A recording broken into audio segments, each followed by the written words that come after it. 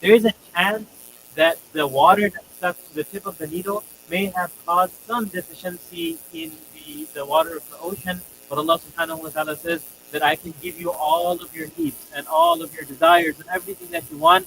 Not even that much deficiency will be caused in the treasures of Allah subhanahu wa ta'ala. So let us, at the end of the day, whenever we're going through a difficult scenario, when we're facing a progeny that is difficult to deal with, children that may not be obedient towards their parents, and all the other different stresses of life, remember that Allah subhanahu wa ta'ala is there. All you need to do is turn towards Allah subhanahu wa ta'ala, raise your two hands, and your needs will be granted by Allah subhanahu wa ta'ala, provided you're willing to submit yourself and bow down to the will of Allah subhanahu wa ta'ala.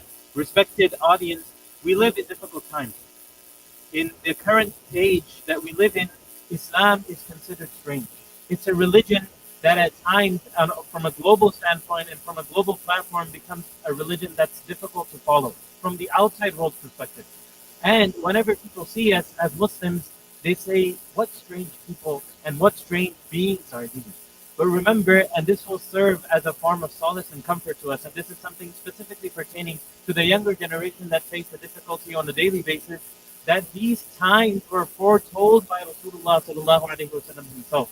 He said in a hadith, سَيَأْتِي عَلَى النَّاسِ زَمَانٌ, that a time will come upon the people that there will be so much fitna in the world, يُصْبِحُ الرَّجُلُ مُؤْمِنًا وَيُمْسِي كَافِرًا, that a person's morning will come to him in a state of iman. That his morning he will wake up in a state of iman and yumsi kafir, but by the evening he would have turned into a kafir, a disbeliever, and vice versa. That yumsi mu'minan yusbihu kafiran, his evening may come to him in a state of iman, but by the morning time his iman has left him. These are the difficult times that we're going through. That the fitanu كقطع الليل المظلم. That the fitan will be such, they will be as dark as the darkness of the night. These are the things that we face in the part of the world that we're living in. And that's why it comes as no surprise that the problems, specifically one of the most highest problems that we're facing in the current generation, is the rise of atheism. That they don't want to believe in Allah subhanahu wa ta'ala, and they don't believe in Allah subhanahu wa ta'ala anymore. According to recent statistics, one out of three people amongst the younger Muslims, and when they say young Muslims, they define it as anyone below the age of 35, has already become atheism or has having thoughts of not believing in Allah subhanahu wa ta'ala. And these are the ones that are registered and recorded. There are many of us who are conveniently Muslims, they don't want to come out as non-Muslims due to the backlash they may face from their immediate family members. So this is definitely something that we need to think about.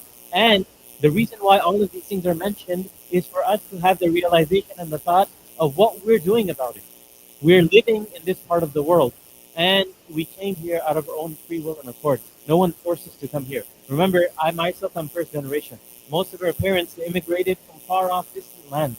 And when they were leaving, remember the thought that they had. I know this because I had the opportunity to visit Pakistan, where my grandparents lived and where my parents came from. When you sit with them, they tell you that when we were initially coming, we were not happy. They were crying. And many a times my mother tells me the entire scenario that unfolded before them when they were at the airport and they were leaving.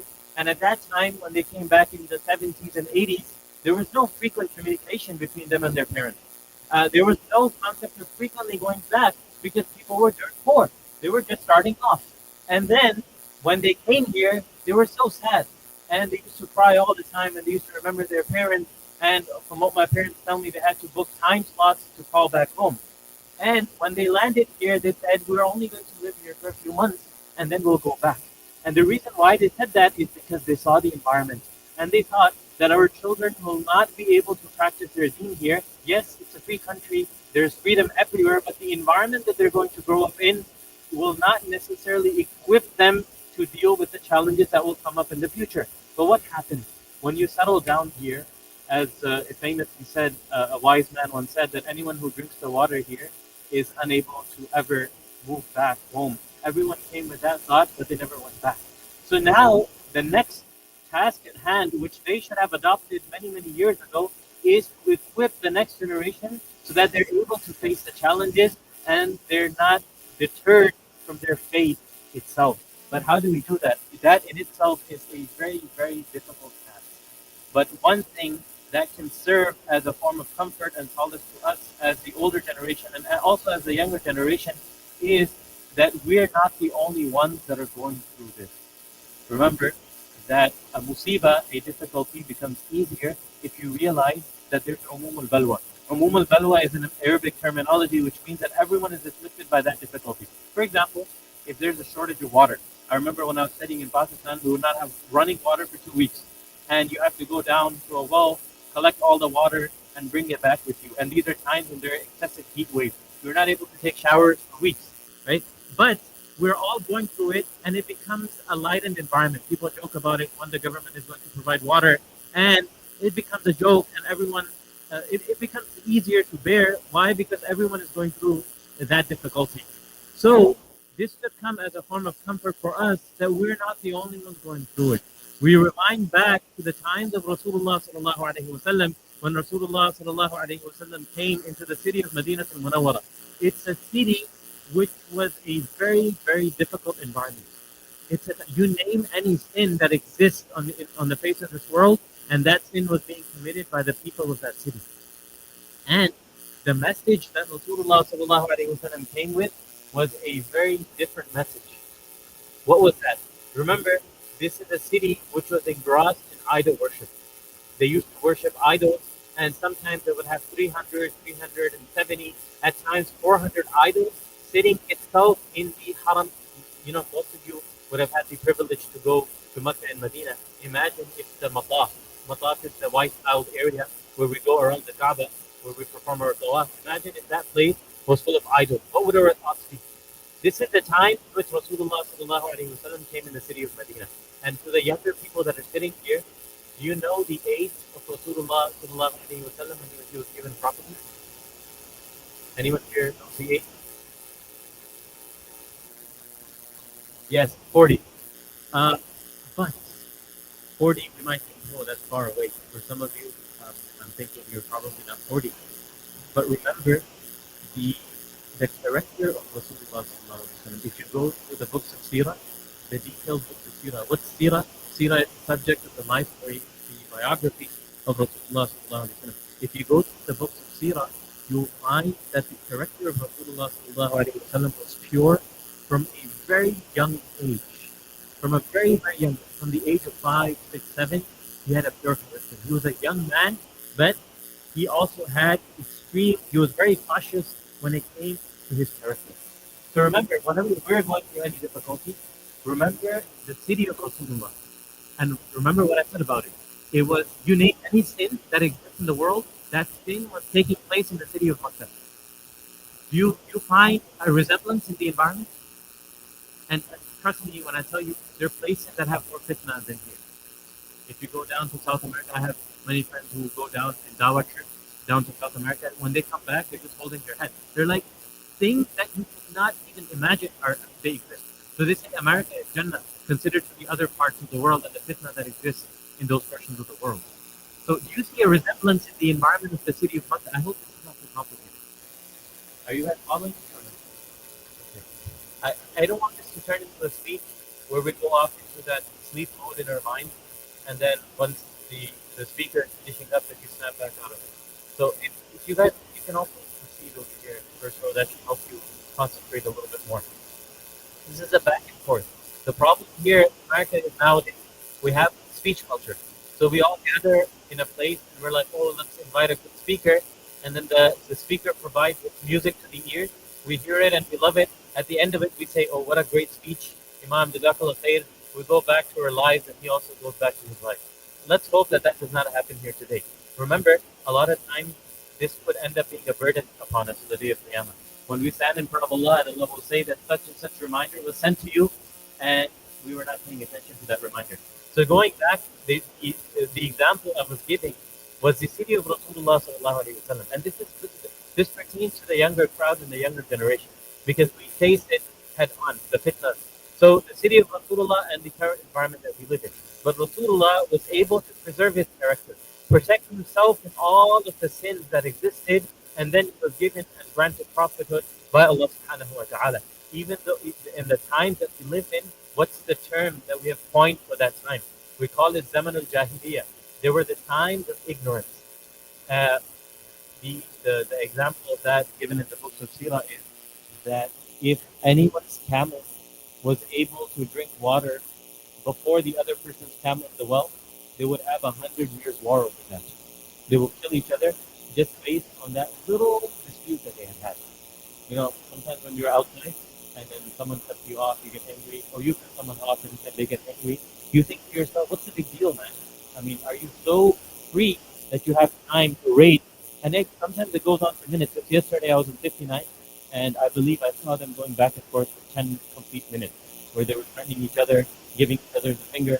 And when you see all of that unfolding, you think, how do people have the time for this? But this is what the lack of knowledge does to you. It's very, very important. When you don't have the knowledge, there are two types of knowledge. I know I'm going off a little off topic here. There's one knowledge that pertains to Sharia itself. And for all of us as Muslims, pertaining, acquiring this knowledge is something which is obligatory. It's halal, haram, how do I pray, how do I attain tahara, etc., etc. Then there's some basic knowledge which is taught to us by our parents. And this is what makes us human. You ever see someone outside do something, and when they do that action, you look at that and you think, this was not a very humane action, correct?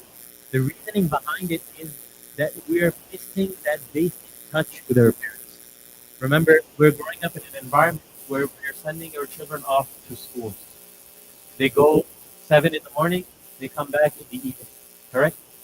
They're spending 75, 80% of their time in an environment which is not equipping them with the basics of being human. Yes, we're being taught all the different subjects, we're being taught math, science, etc., etc. But there's some things that are meant to be taught by the parents themselves. And the reason why I'm mentioning this is that the parents are here, the mothers and the fathers are here themselves. That basic knowledge or that basic transfer happens from the parents to the next generation. And if this is difficult to understand, reflect back on your parents and how they taught you everything. I remember my mother even taught me how to place a plate of food in front of you, where you're supposed to place the napkin, how you're supposed to lay a table, how you're supposed to give water to an elder. Do we teach these things to our children anymore? I know this is a little complicated. This comes way afterwards. But the reason why I'm giving this example is that if they're teaching you this, they're definitely teaching you 100 things before that. That is exactly what we're missing here in the current environment. We're so busy that we're handing our children off to complete strangers, and we expect from them, they have no affiliation with our children whatsoever. They're being paid to be there. I mean, we're not getting into the whole philosophy of how teaching happens and whatnot, but we're handing them over to complete strangers, and we expect those strangers to teach them the basics of life. But at times, those strangers themselves don't even know what life is. You get my point? It's a little complicated, but focus. So when we're sending our children off to school, and when they come back in the evening, they want to sit with you, you're like, I don't have time for you. I have a second job that I need to go to. Or at times, forget about second jobs. People are not that productive anymore. You have this in your hand. And when your child comes to you and he wants to sit down with you, you're like, stay away from him. Or you call out to the mother, come here, take him away from me. I don't have time for this. So now what happens? This young child who still has a mind that's developed, and this is the time when you teach them the basics of deen, when you teach them basic akhlaq, how to talk to an elder, how to communicate with an elder, how to behave in the masjid, etc., etc. We don't have the time to get into the details of each and every aspect of it. This is the time when you sit the child down and you talk to them in a soft way manner. And these things, there's an Urdu saying that we use for it, hardiyon mein jati cheez. It means that it enters their bones. It becomes natural instinct to behave that way. And that's how the older generation behaves, right? They were raised in an environment where they were taught to respect their elders, where they were meant to be mindful of their youngsters, and they were mindful of the environment that they were in, so they knew how to behave in every environment. If they were in children's environment where they were interacting with the children, they would behave in a certain way. If they were in an environment with the elders, they would behave in a certain way. They wouldn't cut them off. They wouldn't be louder than them. Do these things even make sense anymore? Nobody knows about them anymore. So when the time was there, when they were young, when they had a developing mind, that is when we were meant to sit with them and communicate these things. But at that time, we were too busy with our own life. We did not have time for them. So now what happens? The child, you fast forward, he continues to grow up, and he's growing up, and he's growing up until he has a mind of his own. And there's nothing wrong with that. Every human being is meant to grow up. This is a system which was created by Allah subhanahu wa ta'ala. We were all meant to grow up, and then we're meant to develop minds of their own. Now he has his own mind, he's going to think his own way, and he's going to behave in the way he pleases. But we're having difficulty with that. He grew up in an environment, he spent his time in an environment where it was completely permissible, and it's okay to have a partner, to have girlfriends, and to interact with people as he pleases. But imagine, and I know the older people are sitting here, if he did something at home, what would happen? Will we be okay with that? Will you be okay with that if your son brought home a girl who is not married? And yes or no? So then why didn't you teach him that? Because for him it's completely normal. Now when he is going to do something like that, you're enraged and you throw a fit at home. Do you think he will understand that language? No, he won't understand the language. He will shrug his shoulders. He's like, yeah, whatever. He's gonna walk out home and do as he pleases. Because his mind now is made up. He's gonna think his own way. He's old enough to make his own decisions, and you did not teach him the basics of his faith, the basics of halal. You need to make everyone a scholar. Here we have an environment where people generally study deen itself. Everyone spends a year or two studying deen, which is a very good thing and it's a great thing, and it should be encouraged because that's how the city of Medina itself came into existence. But at the same time, we all realize that not everyone's meant to be a scholar. If everyone was to become a scholar, our society would basically not function. You need every other professional in the society. But at the same time, the parents were meant to teach their children the basics of akhlaq, the basics of how to conduct themselves in each and every single environment. Remember, there are different environments. How to behave with the Muslims, how to behave with the non-Muslims, how to behave when you go to the masjid. I still remember to this day, when my mother would take us to Walmart, she would have a little talk with us beforehand. Correct? Don't touch anything. Don't pocket anything. Don't run around in the aisle. Behave. And if you misbehave, you know what would happen afterwards. Correct? But why are not we communicating that with our children when we're going to the masjid? And then when the children are running around in the masjid, slapping people around, breaking people's glasses, you're like, oh, it's okay. He's just a child. That's fine. Children are meant to come to the masjid. There's nothing wrong with bringing the children to the masjid. But you as a parent needed to communicate with the child how to behave in the masjid. Why? Because the child is meant to be taught everything. Where do we learn from? What I'm mentioning here, the relationship that you need to develop with the child. Where do we learn that from? We learn it directly from the sunnah of who? Rasulullah himself. You know, many times, and this is something that I have recently started noticing, is that when we're reading the stories of the Sahaba, who are the Sahaba? They are the companions of Rasulullah sallallahu alaihi wasallam. When we're reading their stories, we're so lost in the greatness of their actions that we don't pay attention to their age at that point. We're so lost in the greatness of their actions that they did that many a time we don't focus on their age. And recently I was going through the story of Alqam ibn Alqam radiallahu anhu. The name may sound familiar for those of us who may have studied Seerah a little bit. Anyone knows Alqam? Where does the name Alqam come from? Does it ring a bell? Anyone? Anyone knows about Darul Arqam? Darul Arqam. It's Darul, yeah. MashaAllah, great. This is the first house which was handed over in the care of Rasulullah, like waqf. Anyone knows the meaning of waqf? Waqf is when you give something you have your own in the property of Allah subhanahu wa ta'ala so that it can be used for the service of deen. For example, the masjids are generally waqf. So this young man, his name was Arqam ibn al-Arqam. He grew up in the environment of Makkah. Remember what I said about the environment of Makkah? It was the most disgusting environment that ever existed on planet Earth. And the change took place afterwards. So this young man, he grew up in that environment, in the middle of all of those sins and all the challenges that we face currently living in that part of the world as well. What does he do? He approaches Rasulullah sallallahu alaihi wasallam. And you notice here that generally when we're reading the early stories of Islam, we see that Rasulullah sallallahu alaihi wasallam is the one that's going to the people, calling them towards Islam. Oh, people accept Islam, you'll be successful. Recite the kalima la ilaha illallah Muhammadur Rasulullah. But this young man, he was not approached. He approached Rasulullah sallallahu alaihi wasallam himself. And this serves as a lesson for the younger generation. You know, many times we're sitting at home, we don't like the older people, We also don't like to go to the masjid because you say you feel judged in the masjid. Does that ring the bell? I don't know if you guys feel that way, but when you go to the masjid, the older people they look at you like, "Who are you? What are you doing here?" Sometimes you're busy doing your own thing, and they don't like what you're doing. Why? Because they are accustomed to a certain environment that exists in the masjid. It's an environment of peace, and the younger people they bring their own energy to the masjid. That's besides the point. So this young man, Al-Qam, he approaches Rasulullah sallallahu alaihi wasallam, and what does he say? He says, "Ya Rasulullah, this is the only property I have. It's the only thing I own." Imagine, anyone here, a young man owns a car? What car do you have? Okay. Well, if is that the only car you have? Okay. So if I were to come to you and say, you know, you have to give your car over so the service is needed, so would you be comfortable doing that right away? This young man, it's a Toyota Camry. This young man, he approaches Rasulullah. He says, the only thing I own is this little house situated on the top of Mount Safa. Anyone been to Safa? It's the place where we run back and forth. Safa and Marwa. Anyone who's been for Umrah or Hajj probably knows what that is. So he says, I have a little house that's situated on the top of the Mount Safa, and I want to do something for the service of the Deen of Allah. Remember, no one came and asked him.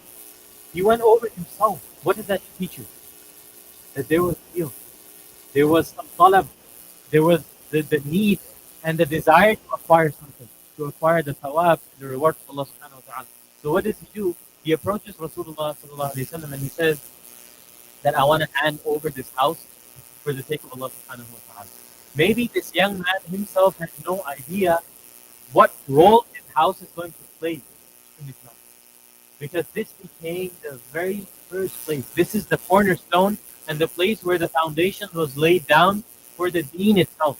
This was the first house in which the first salat was placed. This is the house in which the basic first teachings of Islam came. This is the house in which Jibreel alayhi salam came multiple times with revelation. This is the very house in which Umar ibn al-Khattab radiallahu anhu accepted Islam. Until the number of Sahaba came reached 40, and then the place was not, it was not enough. The room was not enough, and then they had to leave. So this was the house. So you understand that the role the young men had to play in the future of Islam itself. This is just one incident. You fast forward to the incident of another young man. His name was Abdul Usman. He lived in the city of Taif. Anyone here familiar with the city of Taif? Remember anything about it? Yeah, it's the city which had staunch resistance against Islam. And side point here, I know I go off topic often. This is a city in which Rasulullah went, calling people towards Islam. They rejected it one by one, and then not only did they reject the message, they did not treat him hospitably. And amongst the Arabs at that time, this was even if it was your enemy, you still had to treat them with dignity and respect. You had to feed them food, but they did not do that, and they ordered him to leave the city. Then they told the street urchins and the gangsters to pelt him with stones until Rasulullah had left the very city. And there was a famous incident, the hadith mentioned that Jibreel alayhi salam came, and he said that if you give the order, the command, I will, we can force two mountains that are the immediate vicinity of the city to come together, crushing the inhabitants in the middle in between. And Rasulullah said, no. Why? Because I have hope that Islam will spread in your province. And I would like to mention aside from here that this is the same city, the city of Taif, from where Hajjaj Yusuf came. Anyone know Hajjaj? I hope I'm not being too difficult right now. Anyone here know Hajjaj Yusuf? Hajjaj Yusuf was the famous, notorious bloodshedders. He was a tyrant. He was also the governor of Medina for some time. So Hajjaj Yusuf was from the city of Taif. He's the one that put the tashkil in the Quran. You know when you're reading the Quran, you see Katha, Kasra, Dhamma? Hajjaj Yusuf is the one that invented that system. It never existed before that. During the Prophet's time, the Quran did not have Katha, Kasra, Dhamma. They were very well versed in their language. They didn't need it. This came afterwards. So Hajjaj Yusuf had a grandson by the name of Muhammad ibn Qasim.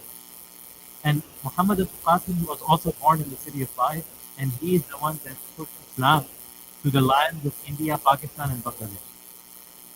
So the very reason, the angel at that time came to Rasulullah and he said, if you give the order, we'll smash them in between these two mountains.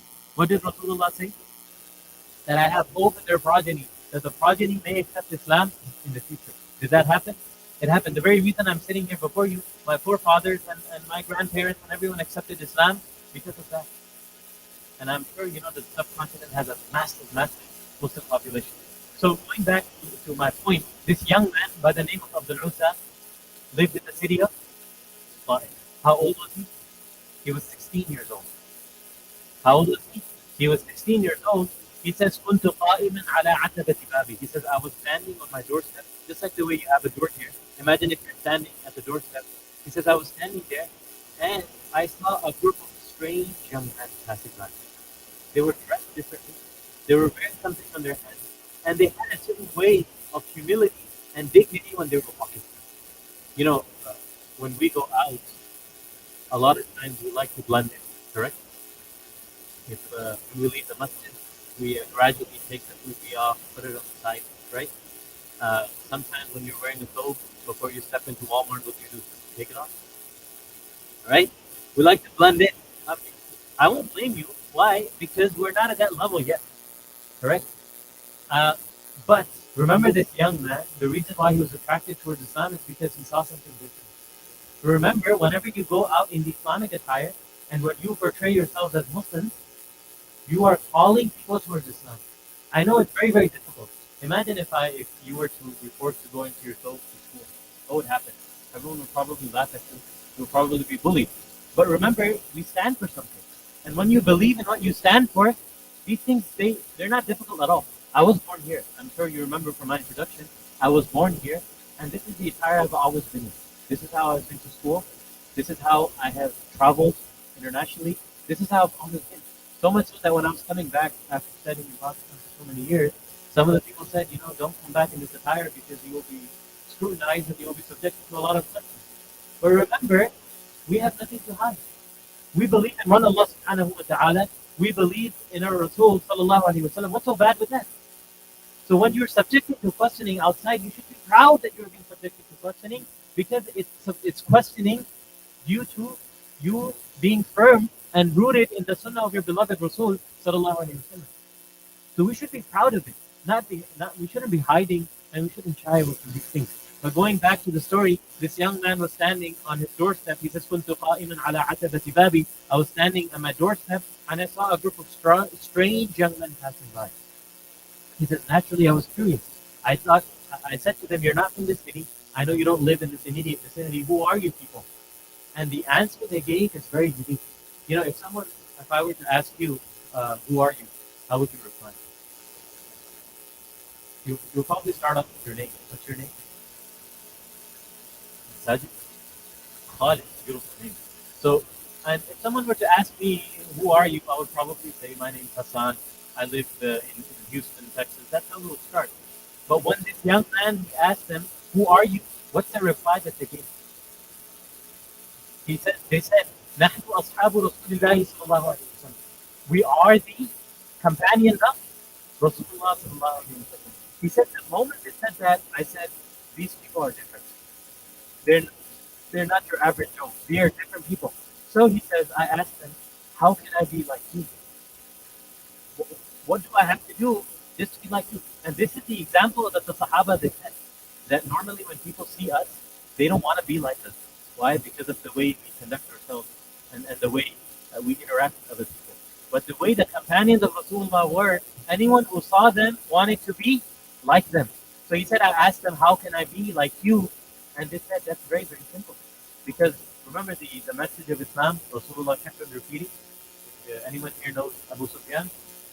Says, Ya Abu Sufyan, Rasulullah multiple times told him, he said, oh Abu Sufyan, I came to you with the respect of this world and the respect of the hereafter. The only thing you have to do is aslim taslim. Enter the fold of Islam. Recite the kalima la ilaha illallah and you will be under the submission of Allah subhanahu wa ta'ala. So the young people, they said to him, aslim taslim. Just recite the kalima and you can be like us. He immediately became a Muslim then and there. How old was he? He was 16. And the Sahaba, they advised him that you live in a city in which people are hostile towards Islam. People do not like Islam. So you should be careful and do not be very apparent with your faith. This also teaches us the wisdom. You don't always have to come out as a Muslim. At times, you need to be careful in the way you are, in the way you interact. They're dangerous environments as well. People can harm you. So he said, I hid my faith for how many months? For 6 months. He said,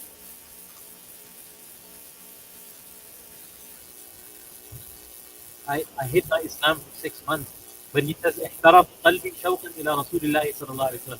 But my heart was burning and yearning to see my messenger, my Rasul sallallahu alaihi wasallam. So he said, I approached my uncle. Remember, how old is he? He's 16 years old.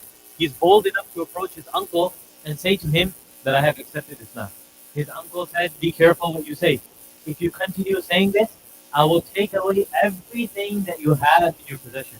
The Toyota Camry is going away now. He said, if you continue to be a Muslim, I will take away everything that you have.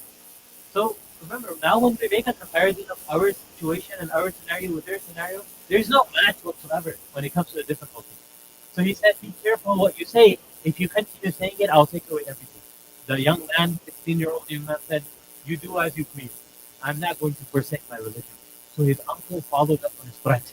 He took away everything. And it's mentioned in the narration, so much so that he took away the clothes that he had on his back. And the young man narrates his own incident. He says that and I left the house in the States not having a single dime in my hand, not having the clothes on my back. And I found a sheet that was there on the street. I picked it up. I tore it into two pieces. I put one on the upper part of my body, one on the lower part of my body, and I headed straight to Medina al-Munawwara. Imagine, he enters the Masjid of Rasulullah sallallahu alaihi wasallam. Rasulullah is sitting. He's giving a talk to his companions, and this strange young man enters. And Rasulullah asks him, who are you? Where do you come from? You don't look to be from this vicinity, from this neighborhood. And he replied, my name is Abdul Usman. And you know the habit of Rasulullah was to change names. If someone had a name that did not have a beautiful meaning, he would change it to a name that had a beautiful meaning. Rasulullah said, Bal anta Dhul Bajadain. No, you are a young man who is clothed in two shoes. So this became his name. This 16-year-old young man, he was known by this name. We fast forward to the expedition of Tabuk, in which Abdullah ibn Mas'ud radiallahu anhu. Anyone here familiar with the name of Abdullah ibn Mas'ud? The very famous companion of Rasulullah. Rasulullah said about him, anyone who wants to hear the Quran fresh as it was revealed should listen to the recitation of Abdullah ibn Mas'ud. So this great companion of Rasulullah says that I was searching for Rasulullah during the expedition of Tabuk, and I was unable to find him. I was going from tent to tent, from camp to camp looking for Rasulullah. I was not able to find him, and I was in a state of panic. And in a faraway distance, I saw a lamp burning. So I hastened towards it to see if Rasulullah was there. And he said, I found Rasulullah in a grave. He was digging up a grave, and he was standing in the grave himself. And he was saying to Abu Bakr and Umar, who were standing up on top, that hand over to me your brother.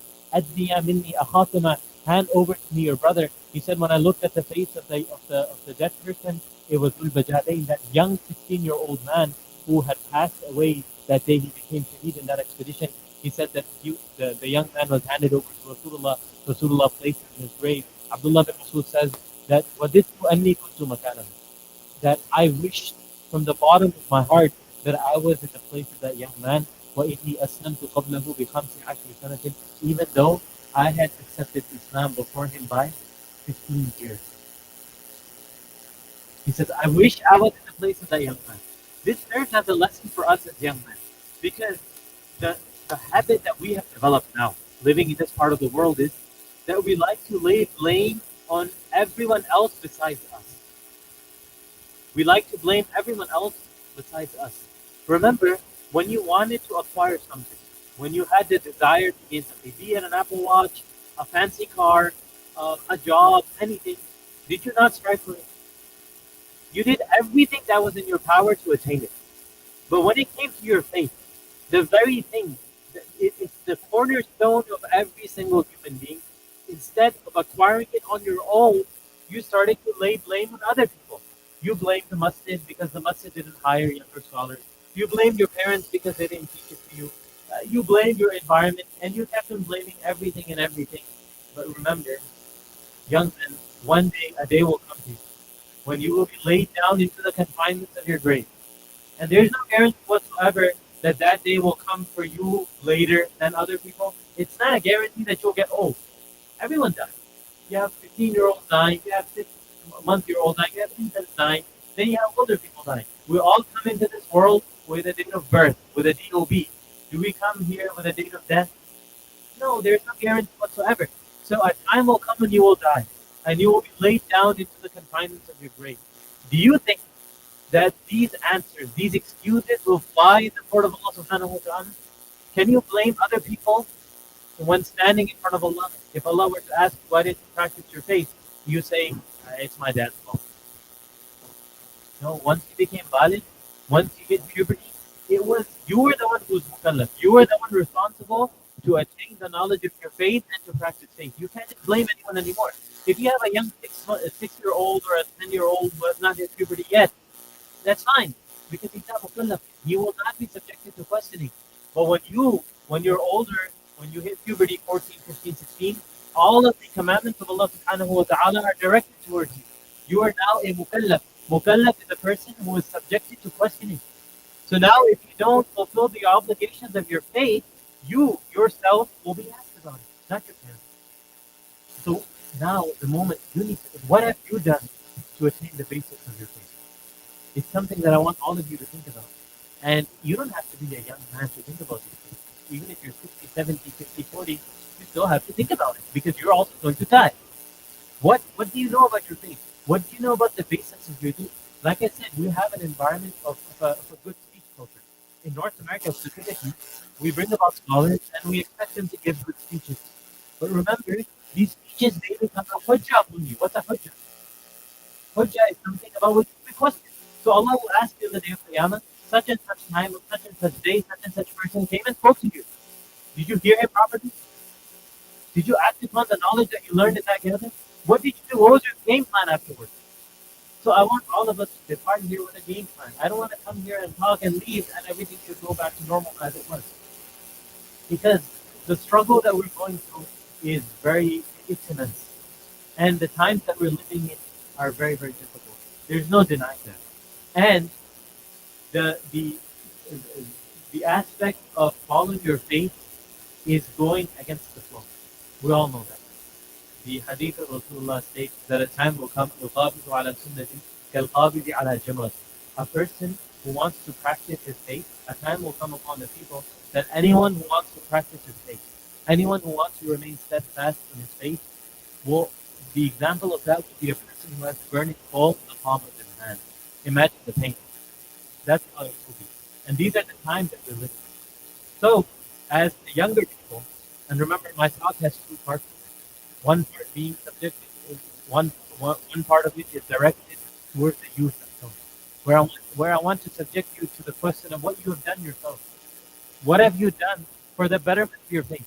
You're very concerned about your savings. You're concerned about your bank balance. You're concerned about your degree. And we can continue naming the things that we're worried about in life. Does the deen have any part in it? Is deen also a part of your concern? That's the thing that you need to think about. So that's for you. And for the parents, for the older people, what have you done for your generation? The hadith of Rasulullah sallallahu alaihi wasallam clearly states, "Ala kullukum ra'in wa kullukum mas'ulun an ra'iyatihi." Know that each and every single one of you is responsible, and you will be asked about the people who fall under your responsibility. You're responsible, and what's going to happen? Mas'ulun an ra'iyatihi. You're also going to be asked about the people who fall under your responsibility. So we can practice our deen. We can pray our 5 daily salah. You can go for Hajj, Saum, Zakat, everything. Fulfill all the obligations of your deen. But if you did not instill the teachings of your beloved Prophet in your next generation, you may be halted on the day of Qiyamah. You're running towards Jannah. Jannah, I'm coming. But then all of a sudden you will be stopped. Yes, your own account is good. But what about the account of your progeny? You are meant to teach them the basics of their deen. You're meant to teach them, you're meant to instill in them the responsibility of the fulfillment of the obligations of Allah subhanahu wa ta'ala. What have you done? Did you do anything about that? Do we want to be stopped in that thing? You know, the ayah in the Quran says, فَخَلَفَ مِنْ بَعْدِهِمْ خَلْفٌ أضاعوا الصلاة واتبعوا الشهوات فسوف يلقون غيا. Allah gave the example of people, of the two categories of the people. One category of the people who leave behind a pious progeny. And that pious progeny is mindful of their salah. And they're mindful of the obligations of Allah subhanahu wa ta'ala to fulfill all of those obligations. So they will be successful. Then Allah gave a second example. Then the other category of the people, they left behind a progeny which was not mindful of the obligations of Allah. They went behind their carnal desires. They followed up on their desires and they forgot everything pertaining to Allah subhanahu wa ta'ala. And this will become a hindrance on the day of Qiyamah. So remember, this should serve as a warning for both sides. I know we have two sides here. One side is the youth, the younger generation, about which the talk is being given. You also have a responsibility. Because if you don't have the desire, remember the incident about I mentioned about the young men? They were 16 years old, 17 years old, 15 years old. They went after Rasulullah sallallahu alaihi wasallam. They wanted the betterment of their faith. They handed themselves over for the service of Allah subhanahu wa ta'ala. They did not sit at home and complain that my parents didn't do this for me, my parents did not do for me, my imam did not do this for me. No, they approached it themselves because there was a desire. So this should serve as a lesson for this side. And for the other side, we need to ask ourselves the question as parents, what are we doing for our children? What have we done for our next generation? Did we instill in them the sense of responsibility that they owe to Allah subhanahu wa ta'ala or not?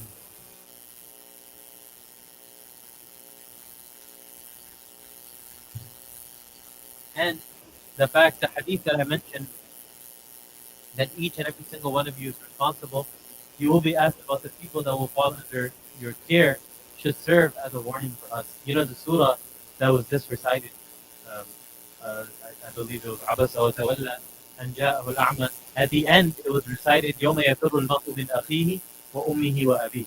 That a day will come upon you when no one will care about anyone else. Can you imagine that your mother will abandon you here in this world? No. The mother loves you immensely. The father wants to take care of you. They won't leave you on the side of a road and run away. But Allah subhanahu wa ta'ala says that a day will come when they will abandon you. They won't even recognize you. And that day is going to be the day of judgment.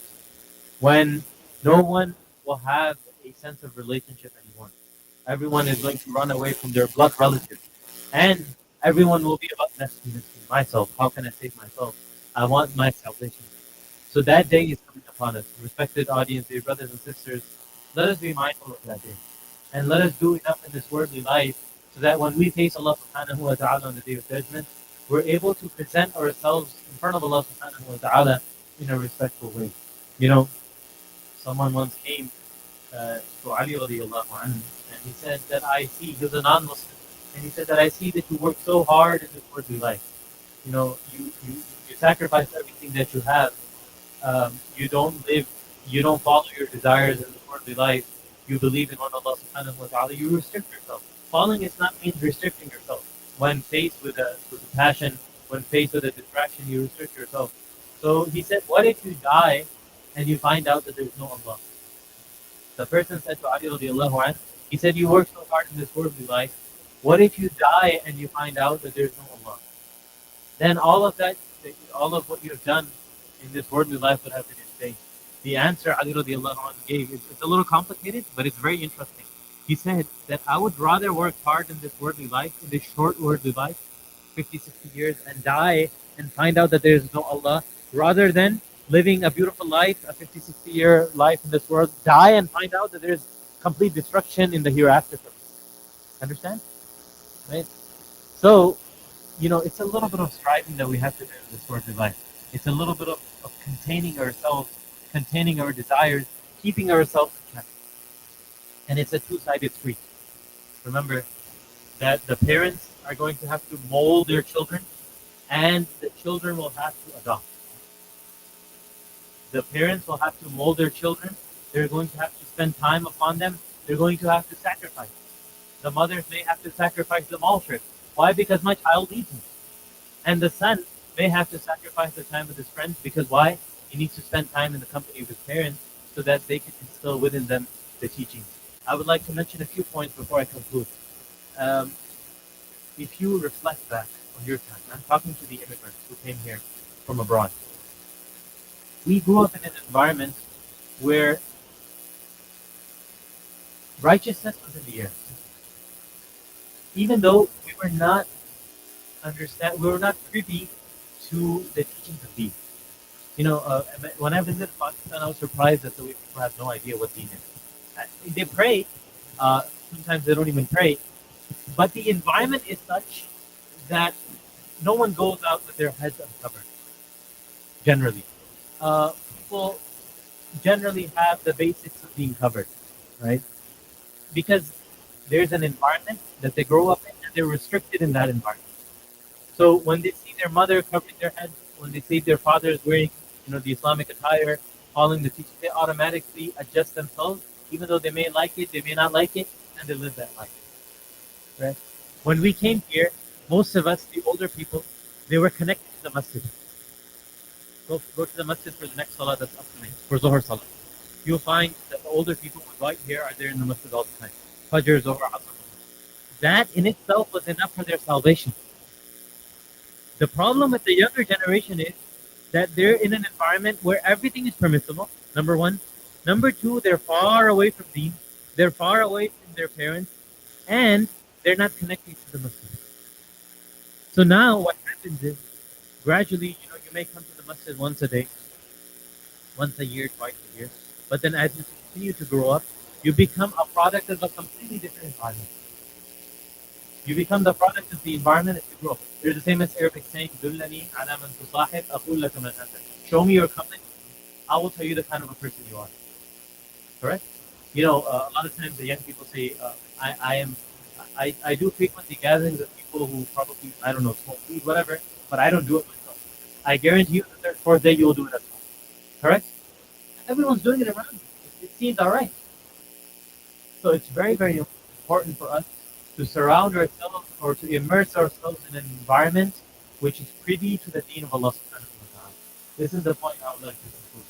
That no matter what happens, let us remain connected to the masjid. And when I say connected to the masjid, it means connection 5 times a day. Not once a week, not for a youth program, which is very good. You should come to the youth program, but not just once a week. You need to come. Remember, we're not the ones setting the bar here. The bar has been set by who? By Allah subhanahu wa ta'ala himself. So I'm not going to mold deen according to my comfort, or I cannot mold the deen according to what I want. I'm going to have to mold myself according to what Allah subhanahu wa ta'ala wants and what his messenger sallallahu alayhi wa sallam wants. I conclude here. I ask Allah, this topic is very vast. I was not able to do justice at all. I think if you gave me 3 more hours, I would probably go on for the 3 hours. But the point I would like to make here on a concluding note is that as parents, we need to be mindful of our children and give them time. Pay attention to their needs, talk to them. Don't always scold them. Don't be harsh with them all the time. I'm not saying that harshness is not needed. We all need a little. If I reflect back on my time when my father yelled at me or when my mother scolded me, I know I needed it the most at that time. But at the same time, try to give them time.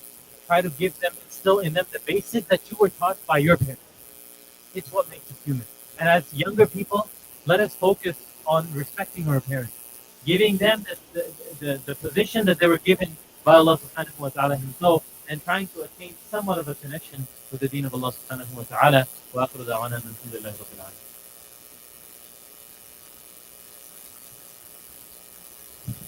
Kabir, Kabir.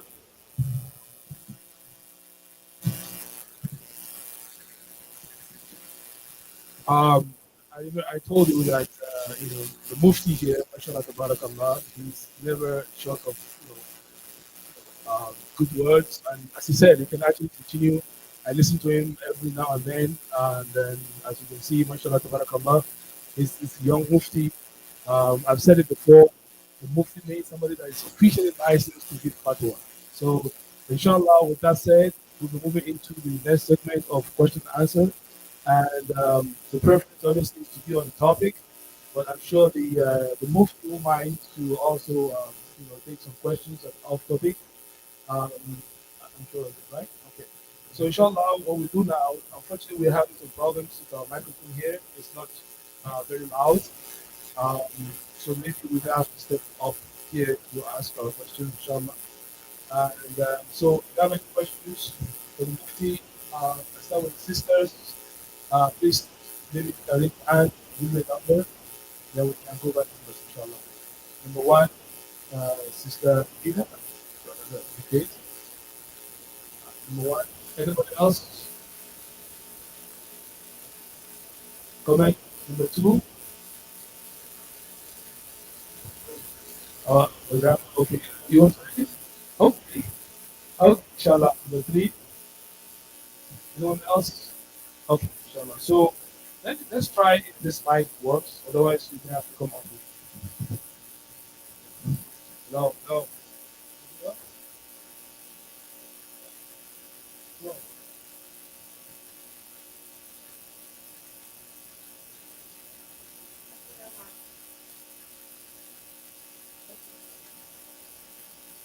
Or they could just speak up, I'll probably hear them.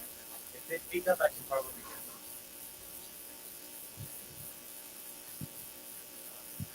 Like,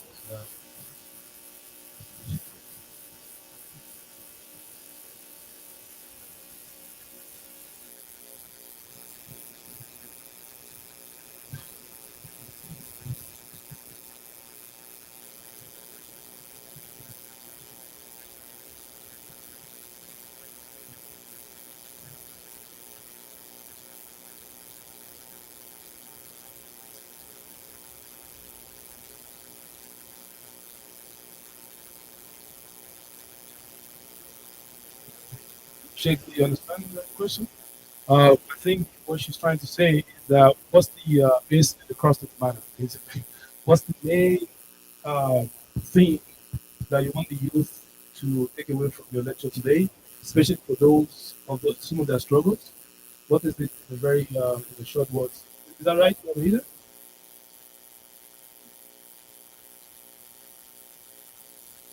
Yeah, something that they can take home and implement in their lives, that's very practical for them. As still people struggling, to basically meet up with the Islamic values and stuff. I think if to answer this question simply, it's the mindset. You know how when we started the talk, we gave an entire introduction to the concept of being strange. Um, there's actually a narration of the Prophet ﷺ in which he says that بدأ الإسلام غريبا وسيعود كما بدأ. When Islam started, it was strange. People would say, "Who are these people? What are they talking about?" Whatever they say is extremely strange. Uh, so a lot of times, our troubles start from the day we realize that we're different. When we and that usually happens when we go to school, when you're in the outside environment, interacting with other people, you realize that you're a little different. You don't drink, you don't frequently interact with the opposite gender. You keep yourself in check. You're covering your head. I mean, the moment you step out with your head covered, that's that's applicable to both males and females. For females, obviously, it's like an obligatory obligation, and for the men, it's like a sunnah of Rasulullah sallallahu alaihi wasallam. Nowadays, people are like, "Oh, it's just a sunnah, man. Like, whatever." And I've seen people who actually on purpose take it off just to make a point. I don't think we should be doing anything like that. If the sisters are bold enough to step up like that, what's with you, man? I think you should be two hands ahead. Anyway, so back to the point. Islam started strange. The I think the mindset that we need to have is to be comfortable being strange. And how does that happen? When you understand that you're only strange in a specific category definition. You're being considered strange by someone. Please, can we keep it down, please? Yeah, the noise is actually interfering with this. Please pay attention. It goes against the etiquette of a gathering that when people are being attentive towards a certain individual, to start your own thing in the middle.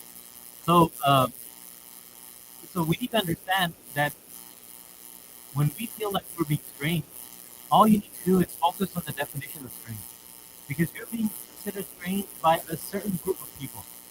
That's it. Besides that, you're completely normal. There's nothing wrong with you. So being comfortable with your strangeness and being proud of it. Back in the days when I was growing up, I'm talking in 95, 96, 2000, 2001, the, the, the entire focus of our generation, like the Muslim crowd or the youth, was how can I blend in, correct? So they would try their best, sometimes with the hairstyle, I don't know, shave the beard. With me, for example, we stuck out as a sore thumb because we're brown. So no matter what we do, we couldn't be white, okay? But specifically for you people, you can blend in easily because you're either in the white category or the black category. And this happens frequently in the Muslim generation here, that you could blend it completely. No one can even tell you're Muslim anymore. And this is a warning. So the focus that the generation had was how can I blend in? So they tried their best to blend in, but we know at the end of the day we're still going to be a little different. But now what started happening due to recent awareness, um, people are taking pride in their difference. We're fresh out of the pride book. If people can be proud about, you know, the most, I'm even ashamed to mention, right? If people can be proud about that, what's wrong with us? Why can we not be proud about our belief in Allah and our Messenger, sallallahu alaihi wasallam? So I think that it's a mindset. We shouldn't feel any inferior. We should be proud of who we are. And once we set our mind to it, hopefully, inshallah, it will become easy. Yes, there will be ups and downs. Remember the struggles of the Sahaba. Bilal radiallahu anhu, he was dragged through the streets of Makkah because of his faith. No one is going to drag him, inshallah. Suhaib radiallahu anhu was pelted with arrows. People wanted to kill him. They were thirsty for his blood. Alhamdulillah, no one is thirsty for our blood outside. Yes, people look at you like these people, they're strange. But, in certain environments, yeah, you might face some sort of criticism. Someone might even harm you. But alhamdulillah, generally, we're not facing that environment. So I think it's the mindset. So be proud of your strength. I hope you guys understood the comment I made on something. What I meant to say is that if you want to blend in, you will completely blend in. No one will even recognize you anymore. If you don't want to stand out as Muslims, you'll be taken out. I don't think I do blend it. Even though I'm black, my hat like this. Still, I think I'm different. Yeah,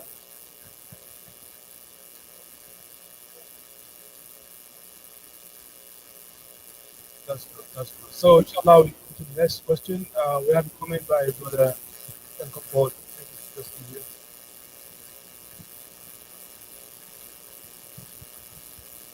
Assalamu alaikum.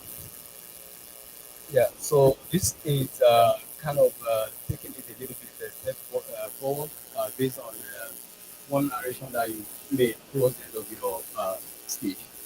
And this happened to me way back. I have an area brother, like a mentor, and um, he was a kind of a free thinker. Like, he doesn't, he has a Christian background, but he really doesn't, he doesn't practice that way. Anything goes for him. So, and it's me like a mentor, and he tends to take it beyond just education and career. Uh, I was, trying to find my faith in Islam, in, practice of religion, and even outside of that, we come from, family family background with strong moral values, and he will challenge those values and say to me, why you deny yourself of all these, enjoyments, drinking, going out, and all sort of things, that enjoyment, so to say. In my, and this was in my, you know, elementary high school days. In my view, I wasn't even grounded in faith in any. My simple response to him then was, what if we wake up on the other side and we discover that there is truly God and we'll be held accountable? I I don't lose anything. Your argument is nothing. Once we fall dead, everything ends. So once we fall dead and everything ends, you and I become we're equal. Like whatever enjoyment you think you've had for 50 years, 60 years, you don't even you come into non-existence. You don't even feel it. it ends, and you and I become like, okay, so that's it. So I don't lose anything at the end of the day, because you don't even know, you don't even remember that you enjoyed anything, because you come into non-existence. So now look at the flip side. If you wake up on the other side and you discover that there is truly eternity and there is God, contrary to your belief, and there is no chance of you going back to fix things, who who is the loser at the end of the day? So I was just coming from logic, basically, to say I would rather stick my chance with, you know, in your own definition, deny myself of all the enjoyment and all the merriment, and wake up on the other side, by your definition, 50-50 chance of either there's eternity or there's no eternity. I would rather go with that, because it's either you are a free thinker and atheist that says there is no eternity, there is no life after death, in which case everybody becomes equal, right? I don't lose anything, because we all become non-conscious. We fade away. That's one. Or you believe that there is eternity, whether as a Christian or other religions, right? So if you believe that, then I would rather stick my chance with, deny myself. And we all believe that the eternity is like continuous forever. So why would you take something? Why would you stick your chance with something that is infinitesimal? Like, what percentage? When you compare, if you live 100 years on the surface of the earth compared to eternity, what is the proportion? Does it really worth it? Like, so, and that corroborates. I don't remember the specific narration that you said towards the end of your speech, and that's kind of my admonition to our our younger folks. If you find yourself in that difficult conversation with your peers, and they're like, "Hey, you just missing out. Why don't you come over? There's a lot of things to enjoy. You can come from that angle. What is that enjoyment? How long is it? It's so tiny in the big scheme of things. We all know, even by science, they talk about billions of years, that the life, the world has been in existence for billions of years, it continue to exist for billions of years, whether in physical life or in the spiritual realm. It's going to be long. That's what everybody can attest to. And our life, our existence is so, so small. So we can all, come from that. It's not about you knowing big, or you knowing more, a lot of surahs, a lot of ayahs to back it up, even from logic. So that's my own little contribution. Assalamu alaikum. And thank you so much for the lecture. Jazakumullah khairan. That's a very good comment. In addition to that, I think that's one comment.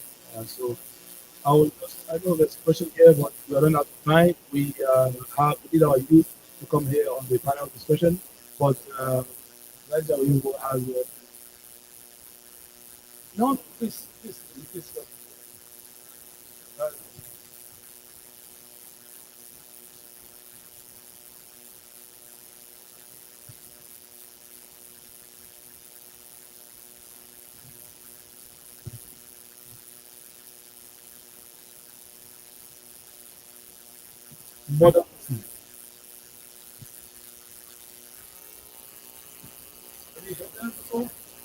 Modern, modern.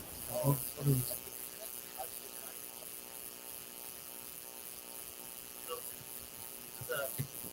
The, the question you asked can be answered in an entire speech. Um, I'll answer it. So, if the panelists come over and then we can just continue from there, I'll answer all whatever. So,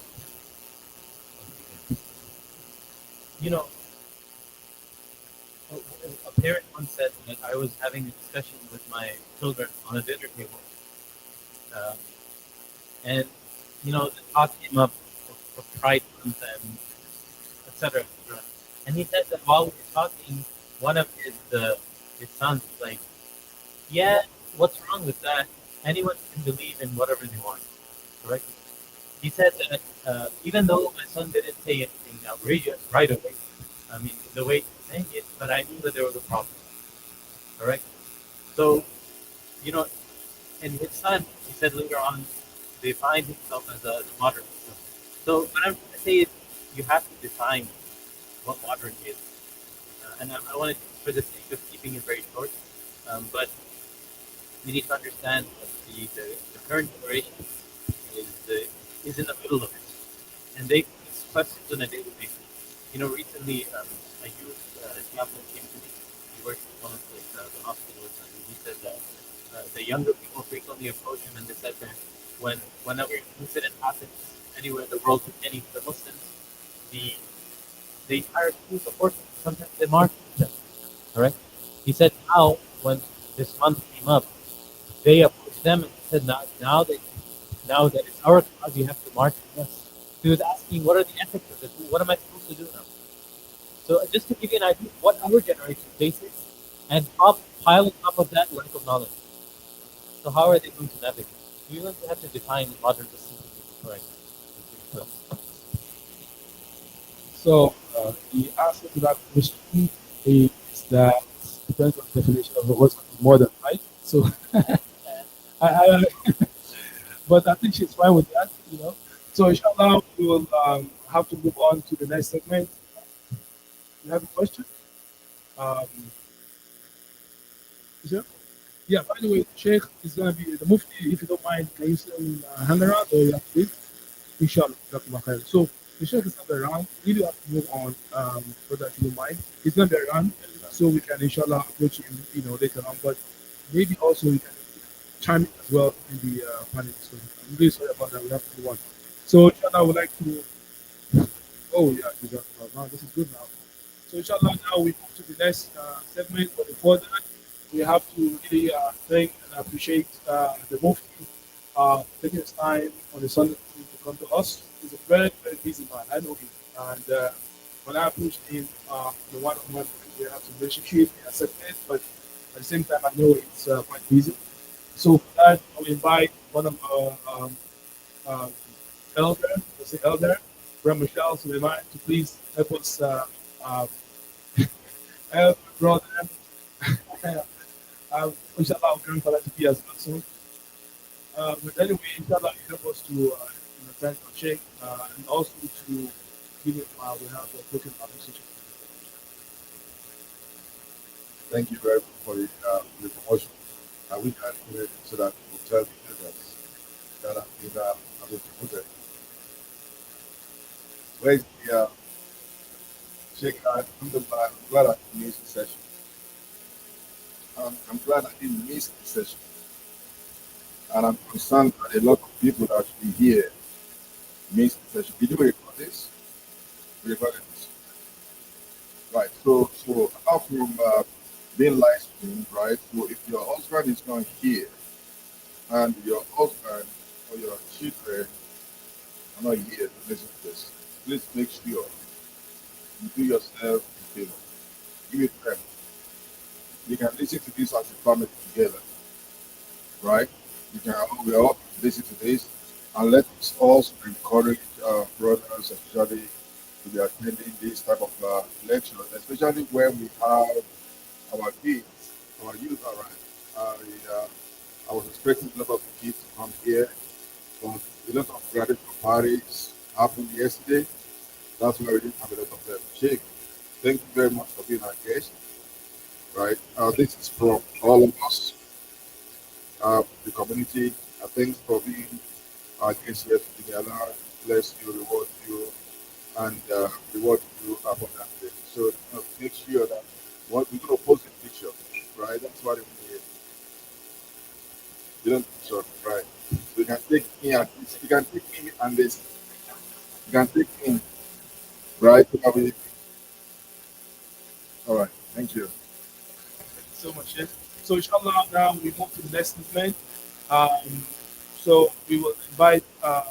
We have separate moderator for that. Inshallah, our moderator today is Brother Ahmed Adewumi. Inshallah, will be moderating the session. Abdurrahman will be graduated from Hamadi School of Innovation in 2020. That's a COVID period. So he's one of the COVID graduates. and is currently enrolled in Chapman University pursuing a degree in nursing. He's passionate about giving back to the community, and that's why he's volunteered to moderate the session today, inshallah. And topic of you introduce the topic because I think so you all be your panelists. In the meantime, you introduce the topic. Assalamu alaikum wa rahmatullahi wa barakatuh. Um, alhamdulillah, alhamdulillah, yes, inshallah. So today's topic will be about just like what the Sheikh talked about. It's about the preservation of the next generation. And alhamdulillah, we have four wonderful panelists that will inshallah, will be representatives of the youth asking them questions, seeing their input on how we as young Muslims today can navigate this modern world. So inshallah, first one place on stage would be our beloved sister Rahma Salau was born and raised in Nigeria. She had recently graduated from Southern Illinois University with a bachelor's degree in accounting, and she'll study grad school in the fall. She currently works as an intern at Deloitte, and she's very passionate about uh, giving back to the Muslim community. Please give a warm welcome to Rahma Salam. Allah Akbar.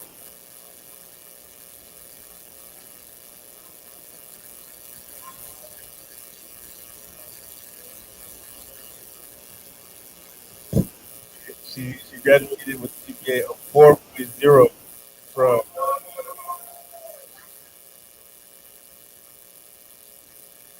So, it's time from the brother. We have brother Khalif Alimi. He was born in Lagos, Nigeria, September 12th, 2001, and he moved to Houston, Texas when he was one.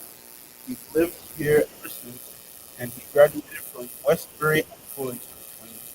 He attended the United States Air Force Academy on a basketball scholarship. He then moved to McLennan College to play basketball, and he graduated from there with an associate's degree in business management. He's now in the process of moving to his next school to continue his academic and athletic career. Please a warm welcome to Khalif Ali.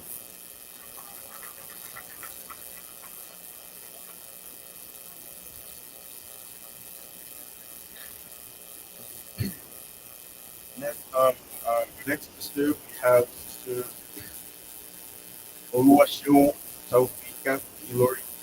She graduated from Houston Community College. She is currently a student at University of Houston. She is an administrator and intake coordinator at Empowerment Services, and she's still pursuing her social work degree. And Allah continue to bless us. Uh, Allah continue to bless her. Please welcome to the stage.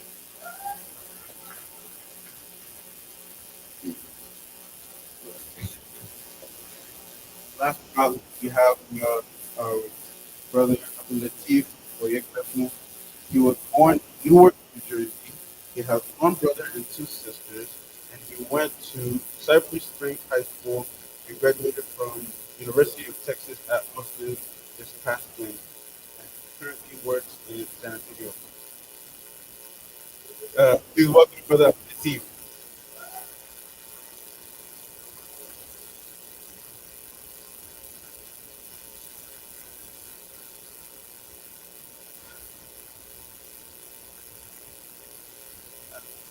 Assalamu alaikum wa rahmatullahi wa barakatuh. With our panelists, with the voice.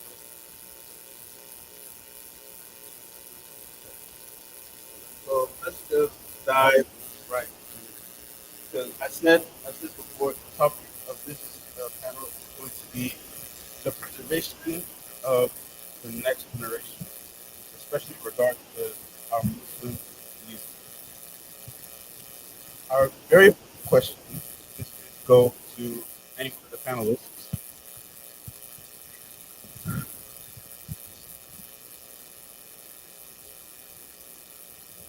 Do you think social media is a pro or a con when it comes to promoting the views of Islam?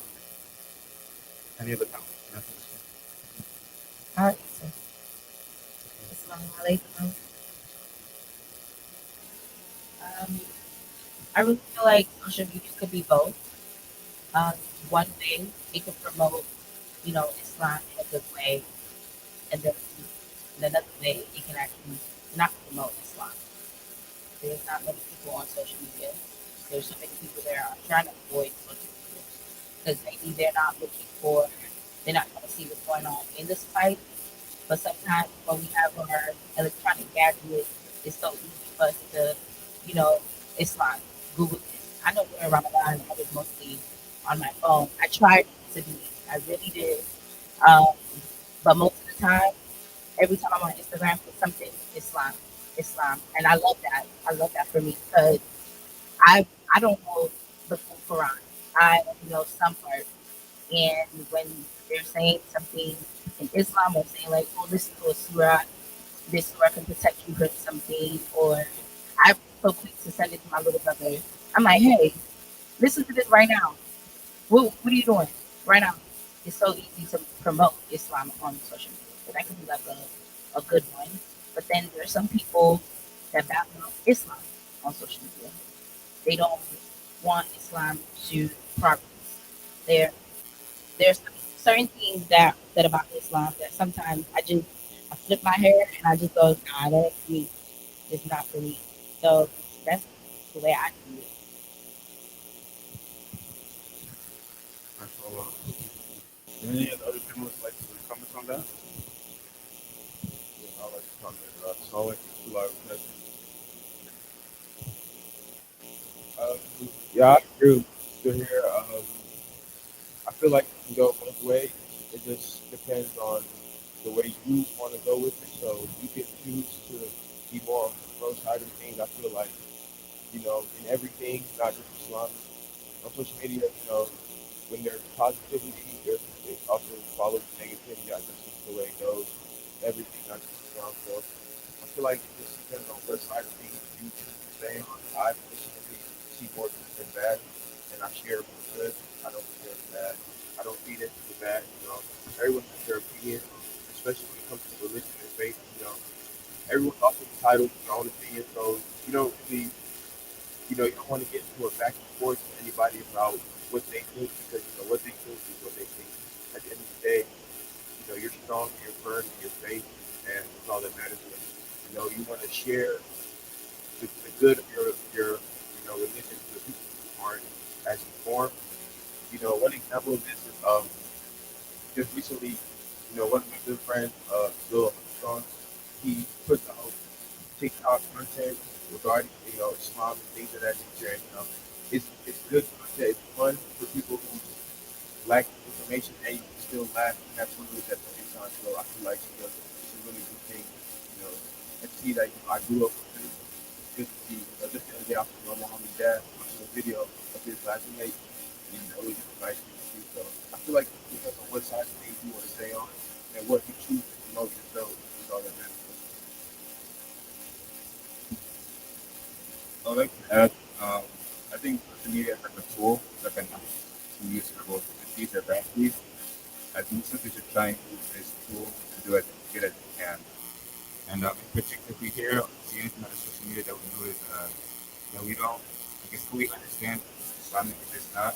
We should just always look into more knowledge around it so that we can better inform ourselves.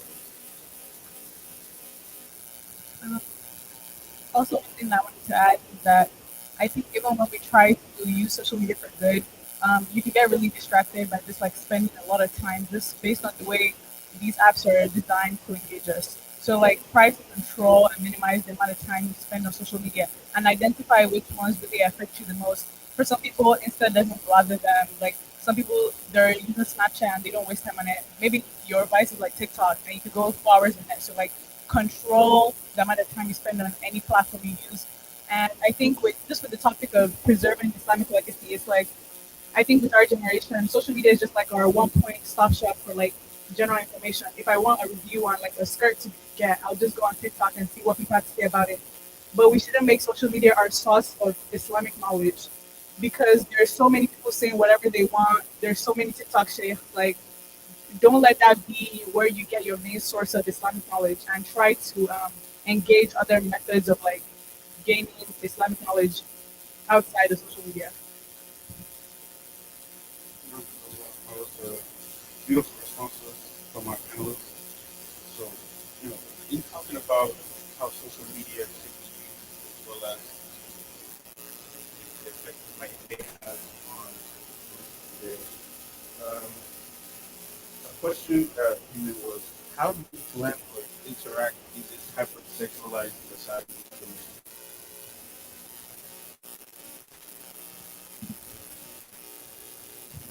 Um, well, I think different, honestly, because I'll be really, really honest. So when I leave the house, I don't not the type of person to cut my hair. So it's not like I'm trying to blend. I'm just more like I'm not covered. You know what I'm saying? Like I don't cover my hair. I'm not, you know. But in the society we're in, I will lie, kind of difficult because when you go out to college, you see so many certain things. You're custom. This is my house. I live. I won't say, oh, because I'm Muslim, yeah, I live in a Nigerian home, a well-put Nigerian mom is Yoruba. So it's like the things that follow me outside, I have to do it like wherever I go. I am accustomed to doing all of these Nigerian things, everything. If I see it, I don't is Nigerian. I'm the first person in Nigerian way. Sometimes I'm Islamic way. Or like even when I'm outside, I'm in a hypersexual way.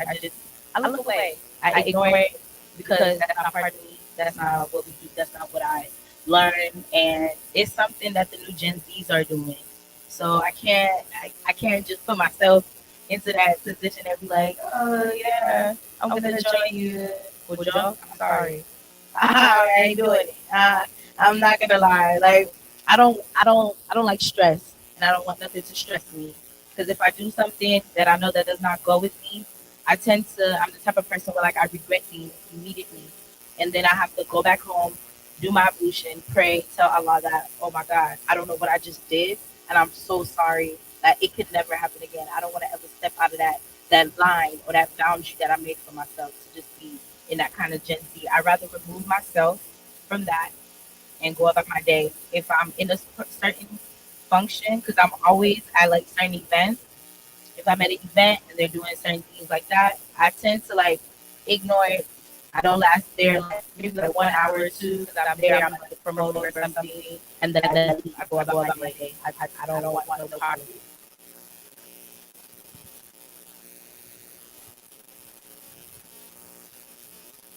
Um, the way I answer that question, for me personally, growing up the way I did, there were certain things that were drilled into me. I feel like my parents and of learning to me, all these years of long classes and Hebrew eyes and certain things that shape me to be who I am, so that naturally there are things I don't even really get into.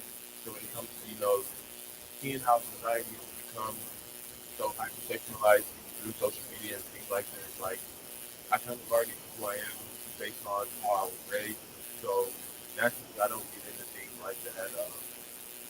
So it's easy for me to stay in my own lane in those regards because I feel like growing up the way I did it, I was surrounded, by a village of people who raised me. I don't see it as like my parents are the only ones who raised me.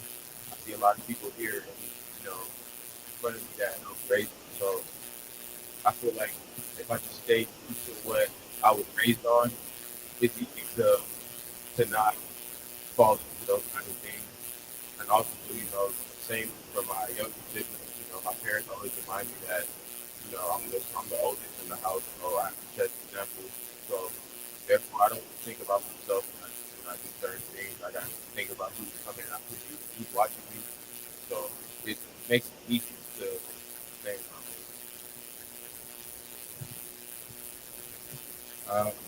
I guess if it was a hypersexualized world, I've been raised by my parents, and yeah, I tend to voice, certain things that are or just not going to be beneficial to me.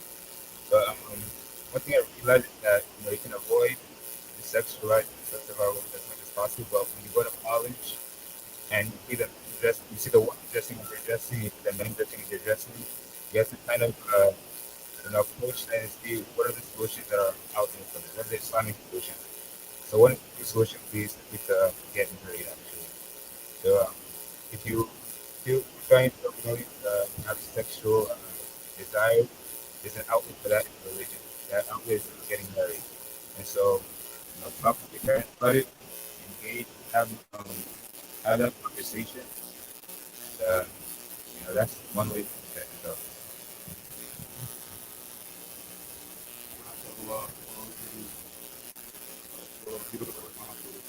One of the things that said, uh, very important to always, yeah, it's very important to always consider your mentor and your role model in your life, especially. So on that topic, another question that came in was,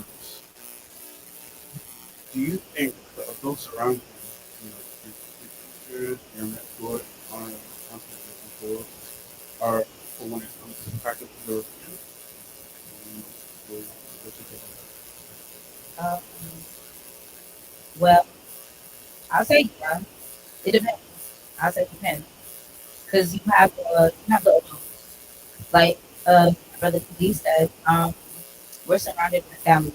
Most of all of our families are Muslim. So it's like you have your mom, you have your dad that preach Islam, and then when you have a question, they come up to you. Then you will also have your auntie.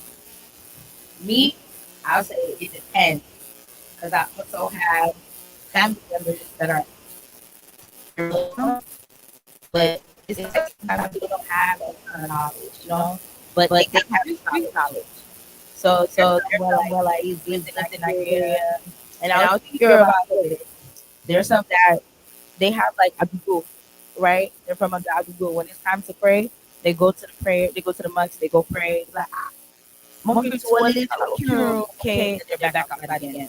But then sometimes some of them they don't speak they don't give real advice. Sometimes they don't know much about what they're preaching. And it could be a little bit sad, but it's okay to sometimes correct them too, because you have the knowledge.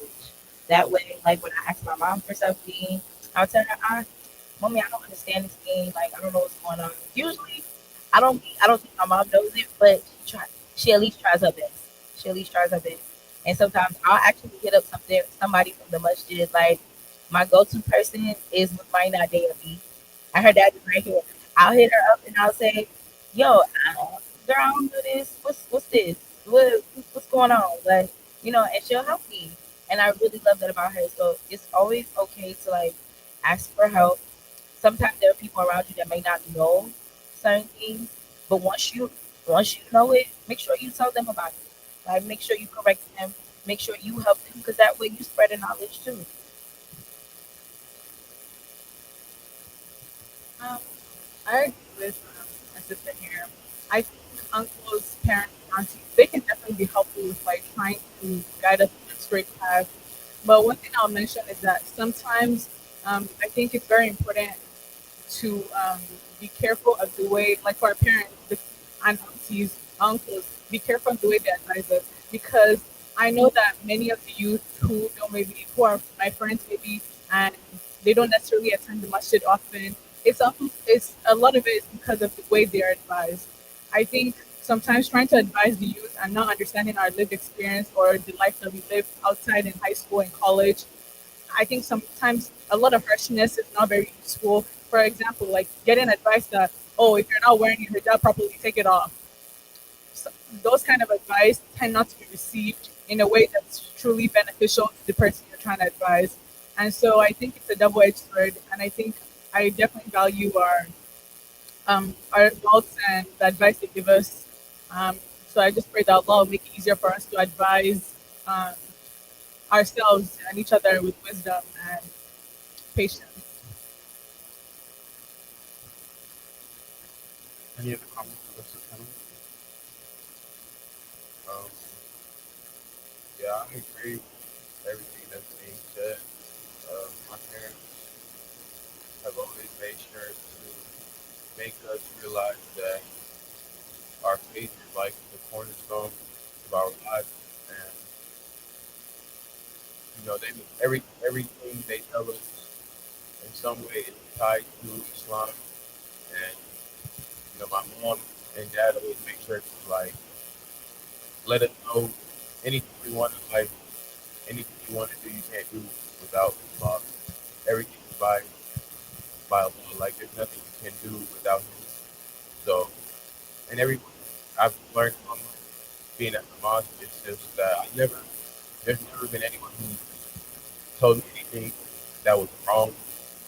In Islam, everyone that's ever been around me has always guided me in the right path, and I just try to honor everything that's told me by doing it right. So I believe everyone around me has always made sure that I stay on the right path.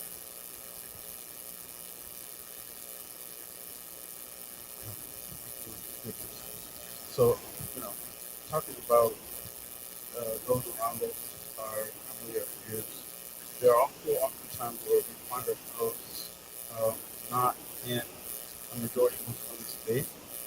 And so, what are some of your suggestions on how to uphold Muslim values, which other people have outdated perspectives of like morality or yeah, I feel like I can speak very well about this. As we said, when my brother introduced me, I played basketball. I've been playing basketball my whole life, organized, and I've been on a lot of teams over the course of my playing time. And you know, most times I was always like the only Muslim on my team, and there were times where I would fast during the season, or I would be in a different city playing in the tournament, and I would have to pray in the hotel. And some of my roommates would walk in on me praying, and like it was like they wouldn't understand what I was doing, or like they wouldn't understand why I was fasting while we were playing and things like that. So it over at first it was kind of hard because it it's hard to stick out so much like that. But over time, you become more firm in yourself, more confident in the person that you are. So it's like, you it became easier for me because I knew who I was doing it for. I wasn't doing it for them. I really wasn't even doing it so much for myself, but I was doing it for Allah, and I feel like in the eyes of Allah, I'm doing right, and who can tell me wrong?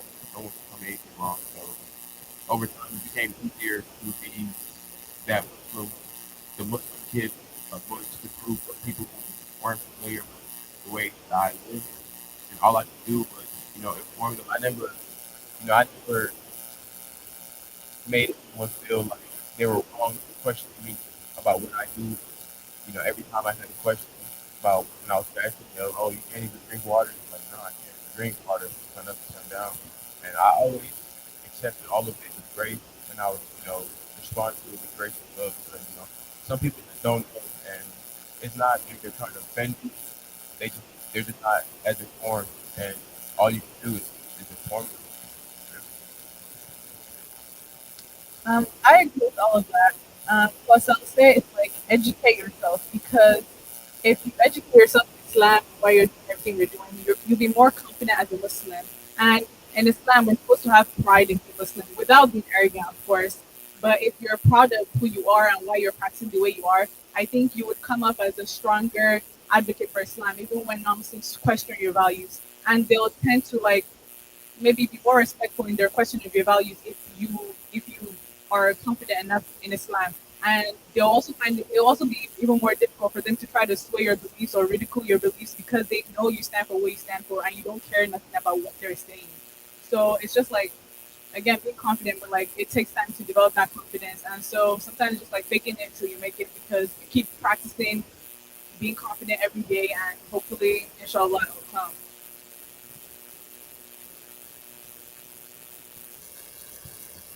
I agree. Being confident, yeah, there's something, but I wouldn't say fake it to make it. You know, like I don't fake nothing. I'm so sorry. Maybe that's how I was raised. I can't fake anything. Fake confidence. I'm sorry. Like no way. Like I've tried, but it's like it doesn't work. Sometimes I've been insecure because of my religion, but it's like the more the time that I've grown up and I've seen outside and seen like usually when I'm outside with friends, they know I'm Muslim, and I often have friends that are Christian and they order pork. They order like whatever food they like, and they have pork in it. They still respect me, and they be like, "Oh, I'm so sorry." This is they still respect me. They ask me, and they say, "Oh, I'm sorry. I know you're a Muslim. You're not supposed to be around this. Are you okay?" I'm like, "Yeah." You know, sometimes I don't have to. I don't want to fake my confidence. I don't want to do any of that. I want to be confident naturally. Always be confident with yourself in general. When you're about to pray, tell Allah everything. I tell Allah everything before I go to sleep. I wake up at 3 a.m. I have a routine, 3 a.m., do my ablution, and I pray. I trust in Allah because I went through something so bad, and it's like, if I don't put my trust, I don't want to go to Allah once a day because I'm going through something bad one day. I want to be able to go to Him every night, every day, and tell Him, even when it's good and even when it's bad, I still want to be able to go to Him. I don't want to just have the fake confidence thing because I'm in a society where like everybody can judge me, please judge me. Everybody's gonna judge you for the rest of your life. They're gonna talk about you for the rest of your life. And at this point, is who cares? Who cares? I may not have the latest designers on. I may not have, my clothes. It's probably something that I bought 3 years ago, and I will wear it a million times. Who are you to judge me? You're not Allah. So no matter what in this life, no matter where you walk, what door you walk into, always say Bismillah and just go with your head up high. Because who's gonna judge you? The people that are there, they barely have anything that you have. So you have to be grateful for what you have right now. You're not begging for food. You're not you're not smelling bad. You actually have food on the table, and you're able to pray. There's some people that they're not even able to pray, they're managing. So if you're outside and you know like, oh, these people are around you, you're not nowhere close to home, do what you gotta do. Whoever's gonna judge you for the rest of your life.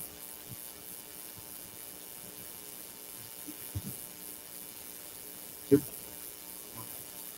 That was understood beautiful comment by our sister. Where she said elegantly to use Allah to judge. So yeah, talking about being isolated and not Muslim surroundings, we should also be considering how we can cultivate the surroundings that we have already. So, two questions that came in was the masjid critical space to preserve Islamic legacy, but many of the youth don't visit the masjid voluntarily. Why do you think that's the case, and what are the solutions to this problem? Well, I'll be really honest. I'm one of those people that don't visit so much a lot. Maybe because when we moved from Chicago, every time, every Saturday, I think I was drained. My mom would bring us to TTY, and it was just like, oh my God, every morning. Hola, yeah, everybody, let's go TTY. And it's like right after TTY, we're not even allowed to do anything after that. So it's like, oh my God. But the moment like I graduated high school, I was like, see ya, I'm out of here, not coming back. And it's actually a bad thing. I feel like it's so bad right now because the only time I come to the masjid is when it's Eid or it's Ramadan. And I feel like that's a bad thing on my part. But I feel like everybody should be able to come to the masjid. Um, at least I would say once in a while. Maybe when there's not a youth program, but like when there's like a lecture. I remember I forgot his name, but he used to always do like a lecture every other Sunday, and we used to come to the masjid. My mom used to force us, even if it was Sunday, she didn't care. She still wanted us to come. She'll take us to Nakba. She'd be like, "Asalatu wa, let's go, let's go." I'd be like, "Oh my God, I just want to sleep." Because I go to school Monday through Friday. We don't do nothing. We just go to school early in the morning. Nothing else to do. But I feel like it's mostly like our parents. Sometimes our parents should just like my mom still pushes me to come to mosque, and she'll say, "You didn't go to the mosque. Why? Everybody asked of you. Everybody asked of you." And sometimes I feel like, who's everybody? My friends don't go there, but she met like her friends. Everybody's asking for you. They're asking how you're doing. So if you can't come to the mosque, do that. Come to the mosque once in a while. It's still fine as long as you're still coming. You're still praying to Allah. And I feel like I'm gonna install that in my schedule. I'll be able to come to the mosque every Friday. I used to come to the mosque every Friday, but now it's different. I don't know why. Maybe because it's too hot. It's too hot right now. But I'll still come. I'll still come. I promise. So, what would you say to other people that are also struggling on coming to masjid? What do you Um, think masjid should do to encourage youth? I'll say I would say we should have more youth like events. Like we should do like planning, like how like every December we usually have what's the thing that we do for December? Platform. You know, I don't want it to be I wish platform was like different. Like we have some sort of platform thing going on in every month. Maybe like the last Sunday of the month. We'll have or the first beginning, even the middle, something. Like bring them here. Let them do something. Let us go out, probably meet up somewhere, talk, do like some type of Islamic studies. Because there's some people that don't have a fresh mind on Islamic studies like me. I have to Google things down. But yeah, just have like a little platform, be a little not just not maybe not like a little youth thing. It could be a youth thing, but then it could also be for our parents because I feel like sometimes our parents don't, as children, as our age like this, sometimes our parents don't listen to us because they feel like they're always right. And live in a Nigerian home, your mom is always right. It's either her way or it's no way. You ain't going nowhere. So I feel like if we can invite our parents and just plan something, and our parents will most definitely push us through, like, come, the must is doing something. Let's participate. I feel like that's one right there. That's something we can do. So yeah, so I went to University of Texas at Austin, and there's a masjid near that university. It's called the Mrs. Mosque. It's the only studio-run masjid in like the whole of in the whole of Texas. So that means the president of the masjid is like a year younger than me. So I was like 21, like what is sophomore junior. I'm on the publicity director, hospitality director, everything. You're just was run completely by students between ages of 18 to 20, 22. And even this past summer that I was part of the logistics program, and every week I'm ordering the food from the different caterers to having me drive and pick up the food, pick up icing the water, and organizing the distribution of food for people to eat and for people to and for people to pay. The much I do it is all by students again 18 to 22.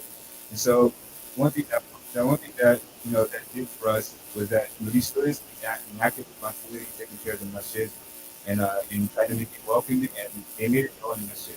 So I think that's the same thing that has to happen here at youth students, adults, students, and the youth also take responsibility in the masjid. You shouldn't be any adults that are sitting up the tables and setting up the chairs. I think the youth is strong enough to do that, and it doesn't take much to do that as well. Um, Again, it's just more responsibility. If you have more responsibility towards something, you'll end up having more leave for it and end up wanting to come to it more often.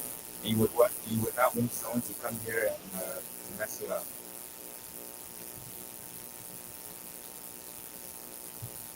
I think I agree with everything y'all said. But I think it's a two-way street. Like as the youth, I think we should be more proactive and more involved in like wanting to come to the masjid and wanting to make this a space that's welcoming for us. But I think also like the adults in the masjid, I think there needs to be room to create space for the youth to also like take more responsibility in planning events that are catered towards us. And while the masjid is like should be a center for our religious activity, it should also be a center for social interactions for the youth too. Like the youth, we're all very involved in like our campus MSAs, high school MSAs, things like that. So, but I think we always do half and half of religious activities like halakas and things like that, but also social interactions, game day, Jeopardy sessions. There's just other things that make the masjid a welcoming space and a social space for us to be in and want to come to. And so, in that way, if the youth are responsible for planning events for themselves, it's not going to be parents trying to force you to come to the masjid or trying to make you be here. So I think the youth needs to take responsibility and want to do things, but also the adults need to give us room and trust us enough to basically give us space to actually do things within the masjid space. Uh, it's great responses. You know, just like Sister Rucker said, there's a big difference between volunteering to do something and being voluntold to do something. All right. Uh, one last question before we start taking questions from the audience is, how do you navigate pressure to participate in social activities that may conflict with Islamic values? Like, let's say, like attending parties or meet after work, they're inviting you for happy hour, stuff like that. How would you go about navigating through that conflict? Uh, I think that really ties to the people you surround yourself with. Most of my friends are Muslim actually, so a lot of the things we do, we know things we're supposed to be doing and things we're not supposed to be doing. So I feel like a lot of times you don't really worry about that when you surround yourself with certain people. Then again, you're always in different places. So when you go to work and you're at school, you're going to be surrounded by a number of different people. So, I mean, and then it's all about, being firm in the things you believe in. Um, and the people around you, if they really are for you, they love you, they care about you, and they, cherish you as a friend, they will respect that about you. And, they will, they won't, try to disrespect you and what you believe in if they are truly a friend to you. So, all in all, I feel like it goes to who you surround yourself with. You surround yourself with good people who are on the same thing that you are, and you don't really have to worry about getting pressured into doing things you really aren't supposed to be doing because y'all are doing all the same things together. Y'all are, y'all have the same similar lifestyles, so you don't really have to worry about that. I think you don't because most of my friends were all doing the same. Um, well, for me, it's I would agree with my brother Khalid, but I also have Christian friends that I hang out with, and they tend to say, "Let's go out for drinks, let's go out for this," and they know that I don't drink, so it's more like they still respect me. We still in the same outing, but it's more about it's who you surround yourself with, like you said. Um, it's all about respect. If they respect your religion, then they know what to do and what not to do. So that's why, like, I tend to just, I kind of fix myself from certain things. I don't want to, don't get me wrong, I've done it all. I wish I haven't, but I was testing the water. But then now the water is not for me. So I'm gone about my day and I'm not stepping out of that boundary ever again. But I also love that the fact that my friends can respect my religion and they also respect my culture.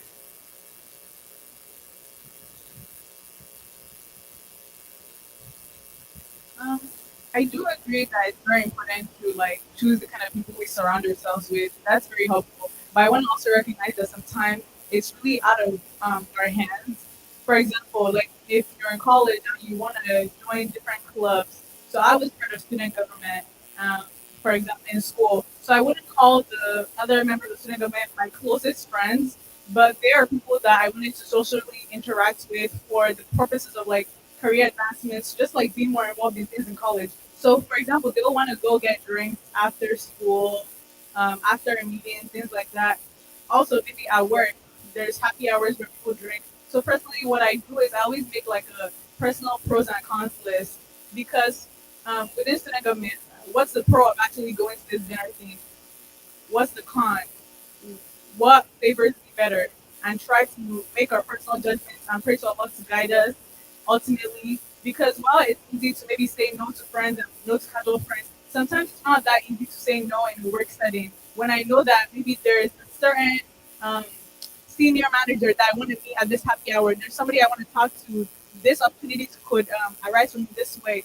So you just kind of think about it. So maybe it'll be like, oh, this happy hour is from like 4:30 to whenever people drink. I want to go home. So maybe you limit yourself and be like, oh, I'll only be in this space for 1 hour, or I'll only like. Sometimes we're not given this choice necessarily to like just not participate in haram gatherings at all. So I think it's limited and trying to it's just having some fun, trying to understand and trying your best to like stay away from what's not good for you while still trying to keep the balance and being respectful of other people's choices.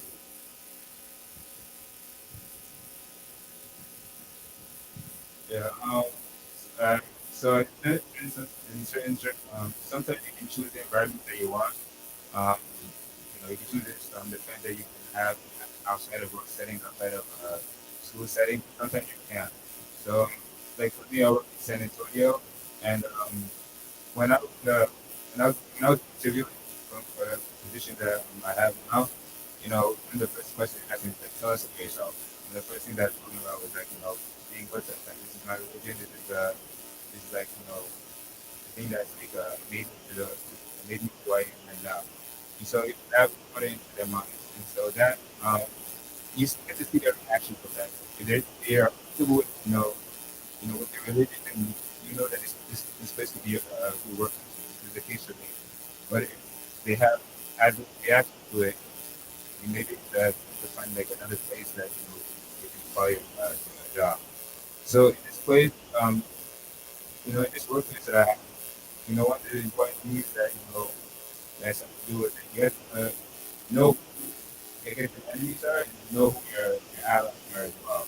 So I can see the of our previous um, there were those who were the enemies. There were those who were hypocrites, and there were those who were believers, and there were those who were pathetic to the believers, but they were not Muslims themselves. So for me, my situation was to find the people who were sympathetic to my religion, who had really they didn't have adverse reaction to it. They didn't call you names, or they didn't, do things that are just under topic, and who would aid you in I guess helping to practice your religion. And so I guess what I would say is that whatever environment you are in, find those who are sympathetic to your religion. Find those who are who have good character essentially, and then you know make a decision after that.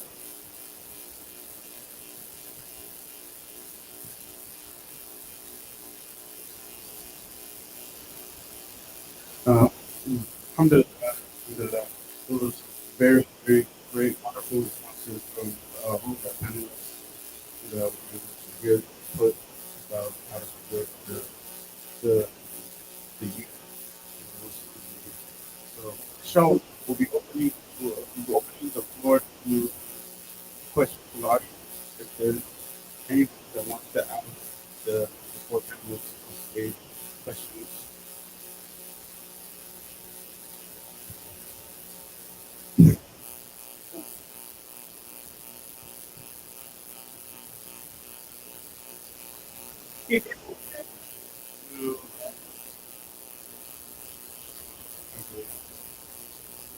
Four.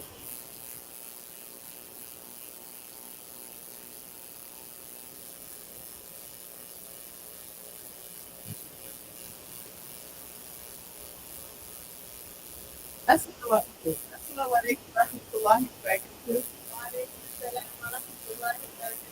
Thank you all so much for all of the beautiful advice you gave us. I really resonated with a lot of the things that you said about trying to surround yourself in the proper circle, while also knowing that sometimes it's not up to us to provide the end, but it's up to us trying to navigate how we can make the most halal environment for ourselves, even within that environment that's not favorable. So thank you for all of that. I do have a bit of a question though about Luis's mosque because I have heard about it. So this is connected to uh, our youth specialist was on the board and stuff. What ideas do you have you observed within that mosque? I know you mentioned a few like Ramadan, like how they were the ones that planning Ramadan and distributing the food and only and things like that. What ideas do you see in terms of social gatherings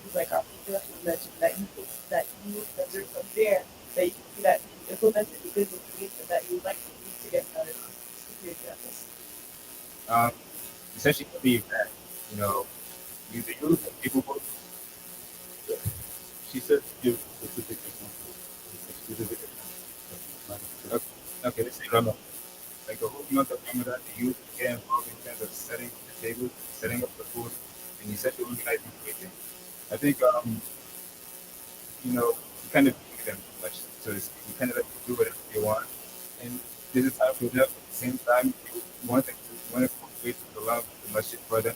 Want them to cultivate, this type of behavior because of taking care of the masjid and taking care of the people, the hosting people in the masjid. And so, having students come in, the schools, high school, college students, organize the table, organize the chair, um, so if you want to be a speaker, you should have an actually that be a speaker as well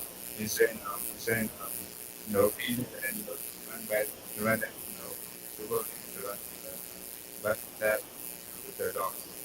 Um, there's many things that the youth can do. Just need to give them a chance, see how they work it out. They're gonna make a lot of mistakes, but that's how they learn. That's how they get better. Um, yeah. Is that okay?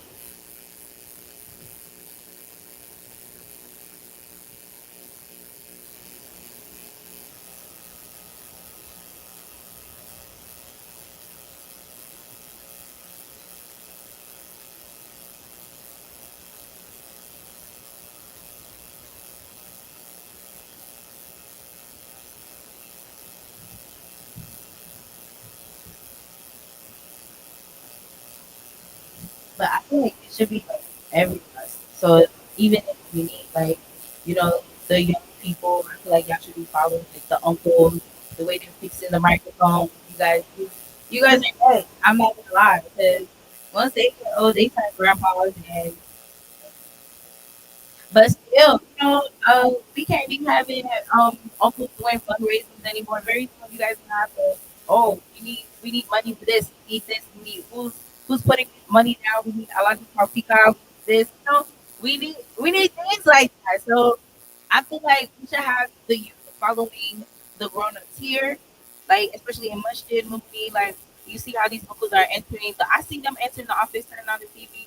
Why y'all not helping them? Like, hello. Because what if we want to have an event and it's just only you and these uncles are not here? You gonna ask the mummies because mummy's not gonna be here. They're not gonna know what to do. They still ask us how to get to YouTube on the TV. So I'm gonna need y'all to like get it together because we're gonna have to learn how to. I'm telling you, I'm gonna be the last person to know how to work a microphone. I'm gonna be calling my brother, my cousin Khalif. I'm gonna be like, hey, yo, I can't work this microphone. You need to pull up now. Like, and they're probably far away. They're gonna thank God for FaceTime. So what am I gonna do? So it's not just their must in Austin. It has to be every must. Follow them. I follow the mummies. I help them serve food. I know when they be like, Mom, we should be in bed. Like serve the food like they be like, okay, yeah, all right. So it's like it's every must. You have to learn how to do it. You have to learn how to work it. I feel like that's how it is. Volunteering is the number one thing. And I don't mind volunteering. I can volunteer. But don't volunteer me on Saturday, please. I guess one thing as well is the the Oasis Mosque, they had a student board that was running everything. So I think that would be something that should be implemented here as well. Have a student board, have a student president, a student hospitality director, have all of them, and then have their corresponding group chats as well where they can actually organize all the events. These, I guess, students, these people on the board, they'll be the ones, shadowing all the, I guess, the corresponding, like the president of the student board will shadow the president, of the masjid right now. Eventually, they'll have enough experience and knowledge that they can do things on their own. They'll be able to get the volunteers that they need or organize the events the way they want to organize without any supervision with the adults.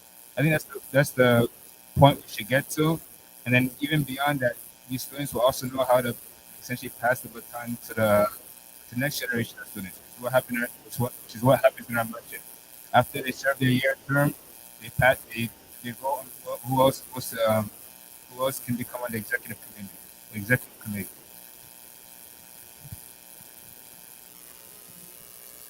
So again, this would be a kind of advice or some tips from personal experience. Our sisters do not have a lot of options in terms of identity for those that wear hijab. Uh, they are naturally identified once they wear that hijab. For our brothers, we can afford to be, like the lecturer said, learn. Uh, you're not wearing kufi, you're not wearing towel, you're not wearing yeah, uh, so we may be able to blend that way. But one thing that we cannot afford, one thing that we cannot compromise on is that identity. We have to be, not physical identity, we have to be deliberate about who we are. Letting people around us know this is what we stand for from day one. And I'm going to use a classical example. When I came to this country, the first thing that I got is they are dominated by, of course, white European, and there was a Muslim brother in Nigeria there. And what we do is we resume at 6 o'clock in the morning, and sometimes Fajr comes in before, no, after 6 o'clock. So we have to be at work on our desk at 6 o'clock. So what we do is we go into the parking lot to do our Fajr prayer, not knowing that the manager sees us. He has seen us like one or two times pray in the parking lot. And it's a covered parking lot. It's not like open outside. It's a multi-level parking lot. So I was surprised in a meeting the Monday meeting, and he says, "I see that you guys go to parking lot to pray before the meeting starts. Why if nobody is using the meeting? Why don't you get in there and pray? It doesn't last more than 5 minutes like this." I said, "Yeah, it's less than 5 minutes." So that being deliberate from day one, being conscious, don't try to hide what you believe in, what you practice. Because if you compromise, it's difficult to change the role of the game in the middle of the game. They already know you that from day one you went out with them, you had a drink, when they were drinking, you were part of that. For you now to come back and say I'm a Muslim, just without being forceful, let people around you know who you are, what you stand for. And again, there was a time I was bored. This was like a global tour of you know the people that I work with, and one of the managers says, "Oh, by the way, for people who may not be aware, it's Ramadan, and then we have one of our teammates who I guess is fasting. So if you invite him for lunch and he doesn't eat, don't take an offense, something." So just being in your little way, being firm and being not being uh, it's not a thing of secret. Don't be a secret Muslim, and people would respect you for that without being offensive in the way you project yourself. May Allah make it easy for us. We know it's not easy to stand for what you believe and be firm with it, but with little effort here and there, and with good intention, obviously, Allah would definitely make it easy for us. Jazakumullah. Jazakallah khairan. Moderator had to leave, so it was you. I think the next is. Uh, okay, I don't remember that. Number two. See, but I like it. Like people are already smiling. I like that. Alhamdulillah. Allah, don't do that. But the question I'm going to ask you guys is this. Alhamdulillah, Allah has guided you guys. Alhamdulillah, Allah continues to guide you. Uh, there was a question on hypersexualization and the proper section. I was talking to my brother about that. Just about that question. But the question I asked for you is, Alhamdulillah, you said it, but the area was coming behind. What advice would you give parents to guide us to get that was coming behind? What advice? I was just thinking about that. I would say let your children be able to come to you. Let them be able to come to you. And what I mean by that is don't, because our parents tend to be overprotective And they tend to, in a way, when we want as kids, we're scared to talk to our parents about certain things. So our parents tend to push us away, especially as like I will say maybe in Islam, but like as a Yoruba child, our moms are more used to like one more day for me like. So it's more like no, I really wish my mom wasn't like that in a way. I wish she was able to like listen to me because there were certain questions that I had. There were certain things that I saw in high school before I even went to college that I wish like okay, I wanted to ask my mom this, but I was so scared to ask her because in the Yoruba culture, on share so it's like we're in America, and my mom tends to do this. She says this a lot. She'll say like, "Oh, don't think because you were born here, you're an American." Omo Nigerian.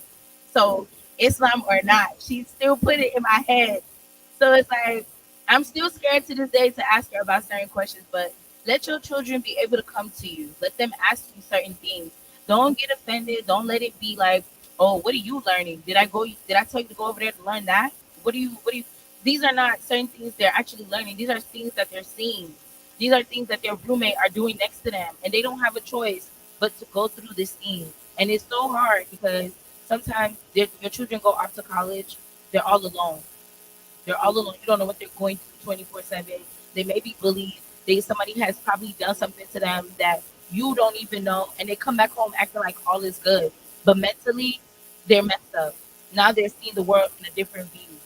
That's why you want your children to be able to come to you. You don't. It's not every time you want to be aggressive to your child and let things flow. Let it be easy. Let the conversation be easy. Because if it's not easy, I'm telling you that one conversation may never come up again. They will be so scared to come up to you and ask you a question, probably until like they're adults and ready to get married. That's when they're okay. Yeah, I can finally ask my mom. I can ask my dad this and that, this and that. I used to be scared to ask my dad a question. Now I call him and I say, Daddy, I don't understand this. I really don't. And he'd be like, what's he there? I don't understand either. Like, I don't know what to do with you. And I would be like, I cannot like. And Google is not my parent. I need my actual parent because they know more than what I know. Google don't know nothing. Google know the answer that Google knows, and Google's not always gonna be there. So I need to be able to get to my parent. I need my parent not to be aggressive in this moment. Maybe if I do something bad or maybe if I'm overdoing it, they're more than welcome to be aggressive. But let your child be able to come to you, sit you down, have a conversation with you. And then my mom used to do this one thing, like she'll wake me up in the middle of the night. I used to find it very annoying when she does it. But she'll still wake me up in the middle of the night and she'll tell me like, Master, don't run from me. Tell me. Tell me what's going on. I want to know. I want to be able to be in your life. I want to know. If somebody did this to you, you have questions, let me know. I may not know the answer, but let me know. So for me, myself for me. And I love that. I love that about my mom because she's number one. Even the people at the mosque, I would say Nabila's mom, if my mom is not around, she'll be like, where's your mom? I'm like, I don't know. She probably went to work. And Nabila's mom will be here to answer my questions. I usually ask her, like, Mommy, I don't really quite understand. She'll be like, well, for me, it'll be easy for you. Just tell me. And like, I just let her know. So if your kids cannot come to you as a parent, make sure there's other available sources that you trust that are around you that they're more comfortable with that they can go to.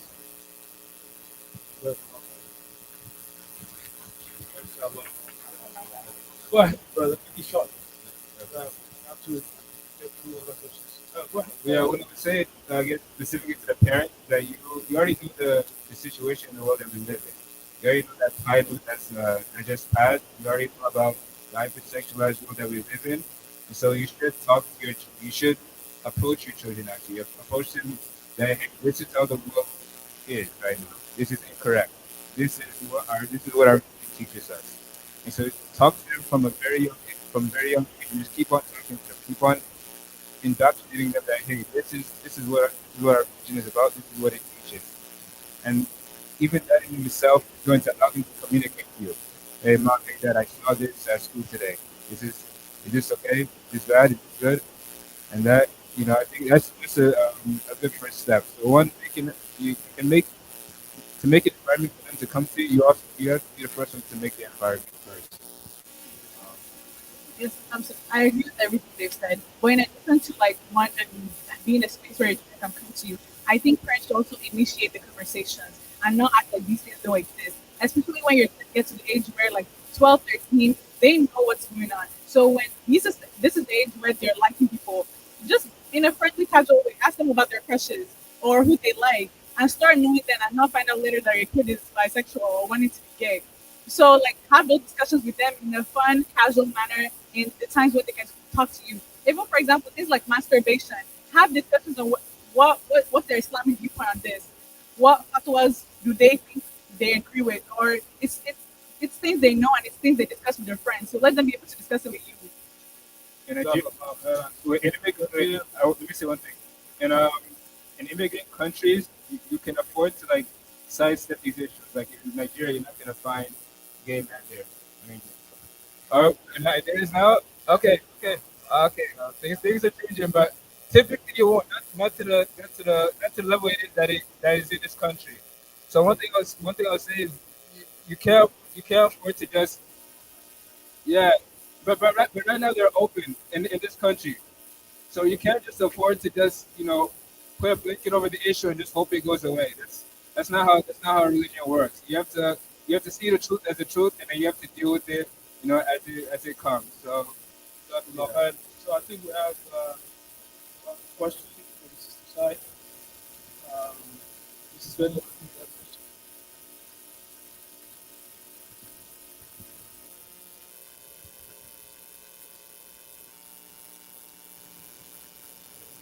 So it's very nice to see all these beautiful faces of our channel, and I'm very happy the way you guys are sharing and being passionate, and I think that that will continue to bless you. In one of your talks, you did mention having a program like something similar to what events for youth at the Masjid. So I want to take that conversation where you have to you have the opportunity, you have a party, we want to see you and your friends gather together, channel something that you guys want to do, and ensure that the Masjid administration will be behind you for you to offer this. Because today, it's our music, it's not our only music, but it belongs to all, it belongs to you, and it belongs to every one of you. You want to see a program, you want to see something, yes, let's start it. You just want it and other just taking the program or know that just be here with you as the overseer, not necessarily telling you what to do, but making sure that some of the things that you're doing is not within the teaching of Islam. That's all it is. But I want to challenge you and I want you to sit down and maybe the next month have something that you want to see happen here at Mercy to bring the youth now. And I know that I'm able to see a lot of you because it's summer. If it's something that you want to be intensive in summer, because we do have Dr. Ali that also working with some youth about programs, but I mean, if you want to see more, you have to be actively involved. Your sister. So, yeah, confident that wonderful comment. And just to follow up what Mrs. Bello said, um, yes, I'll give you one. You did mention something earlier which I found interesting. You said that some of the youth after this grandfathers are trying to struggle to try to get somebody to deal with this. That's a very good one. And I was thinking that because I was actually struggling.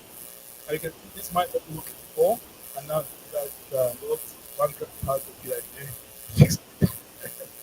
So, but no, yes, actually very and we try as we can to bring on the youth on board. Even the tech group, I know we have a group there, don't respond. The question is that what are we doing on that the youth are not responding to us when we call them? I see like in the GP Tech situation where when you used to be involved, no, the youth said, oh, we haven't grown up invited us and they're not involving us. But when we come to them, they don't go on. And that's where I think what led to better that, you know. we can always say, we always think that we, let the youth take part, but we don't see the youth. Are we like, what's the disconnect? What's happening? And I hope Um, so, well, I think of it is like, I think because we're in America. If it was Nigeria, usually when we would see Lakeville and, we're doing our Lakeville, our studies, we one of us is too playful, that far so quick to, you know. But here it's like everything's so separated. Everything like we're not aggressive on children. We're not like what's the guy? Why come you and want learn us this? to like come I up. will say, Oh, if, I, I feel like the parents, our the parents are not more like on top of them. The parents are like leaving them to be free. Like, even during Ramadan, like when it was time for prayer, and I have to be at work, I just prayed my two rakah and I left. But on my way leaving, I saw some kids playing basketball, and I was like, "Shouldn't you guys be praying?" And they're like, "Oh, they're praying. It's too long. It's too long." And I'm just looking at them like, "Wow, I didn't even know what to say." I was like, "Usually, my mom comes and pull my ear from here, to come and pray," and I'm like, "Wow." And now I'm the one praying. I'm the one telling little kids to go pray. I feel like there's a certain way to do it. We don't have like, look at my brothers there. They're supposed to be like, "Oh, let me help you with that. I see it. But I feel like you have to go up to them and say, "Come, let me teach you." The way you do to your child is the way you should do to them.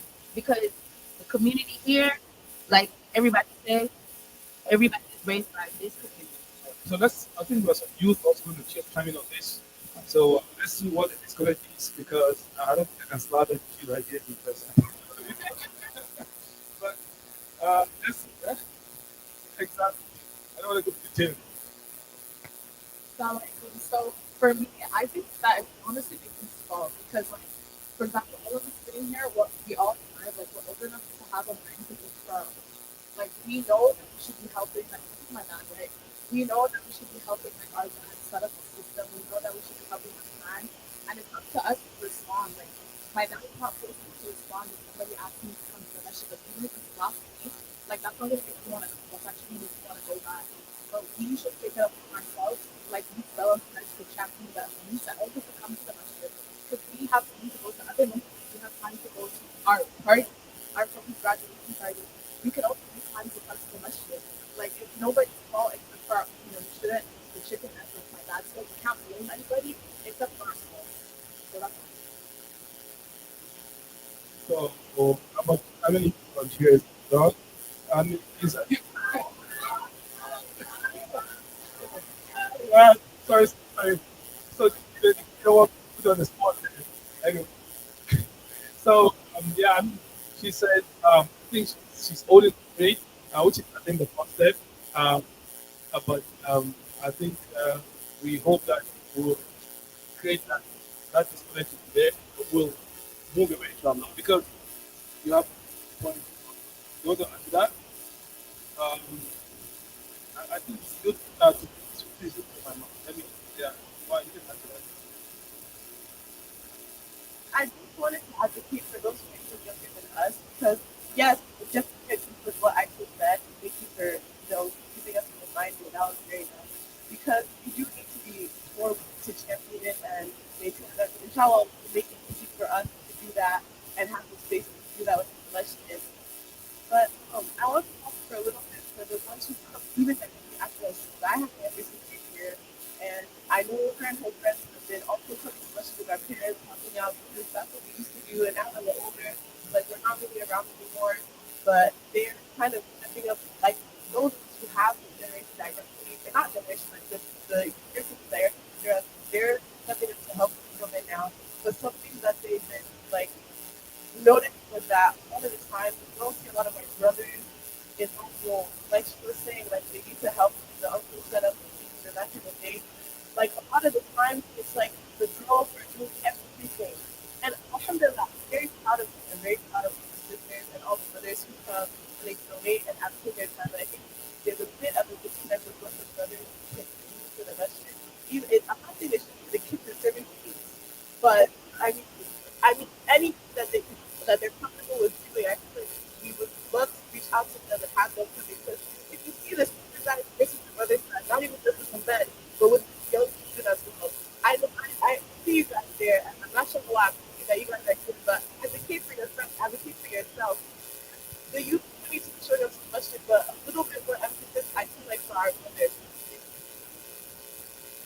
Mashallah, well said. I think the brothers always, I mean, I said that at the beginning.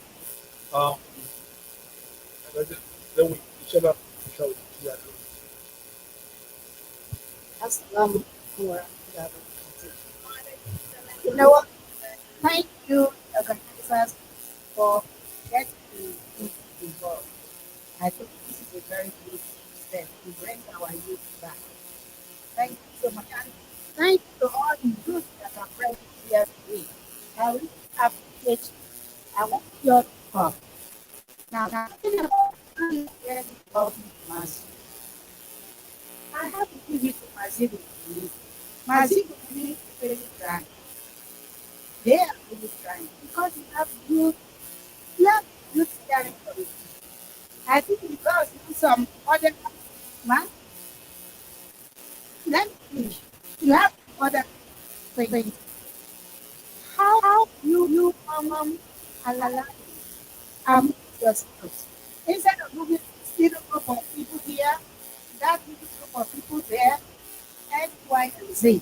How can you work with those group of people, the Christian committee? Because you're always looking for people. And honestly, last week I was having a conversation with one of them, right? And one of them actually told me, I don't know why this week don't come. We have money to donate to the market. This came from one of the, not my son, but one of the youth here committee people. And if you don't want us to say bring money, but you are our future. We are all getting older. You get your friend. You have a bring one person with you. When you go out there, encourage your friend to come to the masjid. See what you can do to bring them. And if you have form another organization, and I like your idea of somebody shadowing. Maybe we need to start with the youth. When we have all these executive positions, we need to have youth to shadow our president, everybody along the way. That is when you 3, 5 years time, you will be ready to take on that responsibility. Because if you are not prepared now, it's going to be hard for you to take the leadership of this masjid. Salam alaikum. Thank you so much. Our little young man ahead. Question. I want to say something about the social media. So like if you're on Instagram or TikTok, you can follow the eyesight and get expect how to get back. So if you follow like movie length and shapes to think something like you have a better perspective of Islam. But if you follow like American rappers, you definitely force yourself to get back. What's the name? Huh? Fawad, mashallah, Pula, 30. I think deserves that. Of your, let me give you something. Because you made me proud. That's good. So we want more Fawad to come in and having discussions. He was paying attention, definitely. He had a point, and he wanted to pass his message, and I think that was good for us. So, inshallah, next time we want what's the name? Abdullah, when Bob in high school. As you see that is society, we have also now, you're very proud, we're very proud of you. You know, five of you, I think we are very proud of you here right now. Six, yeah, six. But we really need what thing, what provides here. We really need all this to deal with, you. We have this program for you. So inshallah, try to be your friends, okay? As also said, You can put it on social media. bring so inshallah we don't have time to hand over. I know the sister over there, but please let me interrupt Shal because if you want it then if there's time. I'll be mine. Yeah, I'll be fine. I see your right. You want to speak? We'll let you want to hear from you because you know speaking from a position of strength, visibility. Thank you so much, my sister. I'm a brother. Okay. Alhamdulillah, thank you for the program. I just want to say, I need to really go this stuff. You are the representative absent. You, I mean, talking about it, I know it's not easy to understand, but just try it. You just try it, you on one day, you keep the way to education. And there's always respect. When you play, you never fail, they will always respect you. So just try it, just allow people to do for you. The second thing is the bad and the thing. I don't know about please, we need to let our children, let's be sure to them. I know some of our children that we started learning to that woman. We need to know our language. English is our second language. But we should be able to communicate in our local language.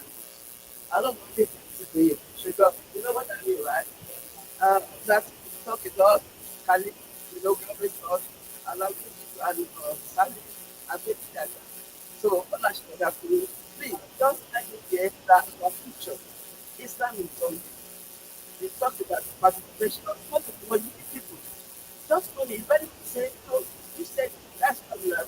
God is coming to you for share that. Just that's how we are talking. And we care. That's how we talk. Not that we care, that's how we are. Just accommodate us. Allow people to do. Thank you very much. So I'm going to say two things. One, I want to clarify um, my instructions about highlighting Ramadan keep right. Well, Abdul Rahman, traditional said, Allah Akbar, Allahu Akbar, oh, Allahu Akbar, Allahu Akbar. Lord, أشهد أن لا إله إلا الله أشهد أن لا إله إلا الله أشهد أن محمدا رسول الله أشهد أن محمدا رسول الله حي على الصلاة حي على الصلاة حي على الفلاح حي على الفلاح الله أكبر الله أكبر لا إله إلا الله so we pray and feel right. So we have 5 minutes. Right. So I wanted to highlight that because I don't think we do a great job in our community acknowledging, appreciating, and understanding the value of people we have. Right. I'm going to make sure that we are like graduate of 4.0, but she's not the only one. She's not the only one in the community with a 4.0 GPA or with 4.0 tracking GPA, right? And that is a lot of comfort, a lot of accomplishment to our community. That when we look at our kids, our children look at them, they are not capable of certain things. They are capable more than capable of what we think they are able to do. So we need to challenge them more. We need to give them more. We need to encourage them more. And we want to see more of them, right? So I'm sure all of these excuses they are giving, and I'll say they are giving a lot of excuses, right? If this was to be a school project, they'll find a way to get it done. If there's a project at their school, oh, you bring people to the community, bring your friends to the community, anything that has to do with the academic work, they will not find it, you will not hear all these excuses they are giving us. I hear a lot of them. Already. Yeah, I hear a lot of excuses. I saw you last week, right, where you sat on the floor, how you are busy and engaged with projects, right, that you are given. So when you come here, when you guys come here to Kumini, because we have seen you outside and we are know what you guys are capable of doing, before you come and give us this 10 excuses, right, twice, come to us with solutions. Don't bring the problems to us. Be part of the solutions and don't create problems for us. Right? So my kids are not here. I told them, oh, we're going to pick. So what's what's going on? I said there's a youth program. So well, no one told us. That's exactly how they sound. No one told you, right? Then I called some of their friends.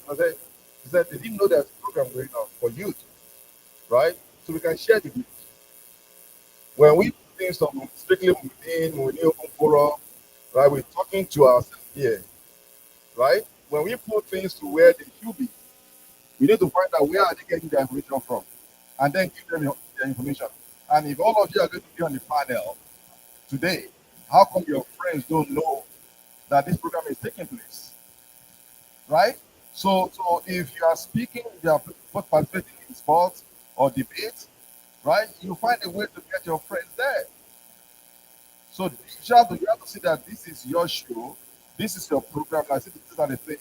So a lot of things are broken, that we have gaps, and we all need to come together to find a way, right, to get things right. Latin said a lot of things. So if you have a 20-year-old boy, right, that's running MSc and getting a lot of things done, and we had drama was part of the student government, right? And getting a lot of things done. I had an interaction with Nina Ademi yesterday to get a lot of things done in San Antonio. And when they come here, they don't give us excuses of, oh, you guys didn't let us do it. Oh, no one is asking us to do it. Or they are not creating space for us to do it. Who is stopping you from doing those things? Who is stopping you guys? If there's anyone stopping you, let us know. If we are standing in your way, tell us. Tell me I'm just standing in my way and I'll get out of the way. Right? If your parents are standing in your way, tell them. And we're more than happy to give the opportunity to get this done. Get these things done. So this is your community. We want you to be more involved. We want you to own this. We want you to lead like you lead outside. We want you to drive like you drive things outside. We want you to be responsible and take responsibility and stop giving us excuses and get it to us and say it to our face that we are getting in your way and we will excuse you. May Allah help us and guide us and let us achieve our result. So we have just a minute. Inshallah, we'll call on Sister Taslima and brother. Who's the other brother? What's the name, brother? Sorry. Huh? Rahmi Abdul Aziz to inshallah help us to give a token of appreciation to our panelists, inshallah. Let's do it very quickly. There's no time. We have to leave exactly at 2.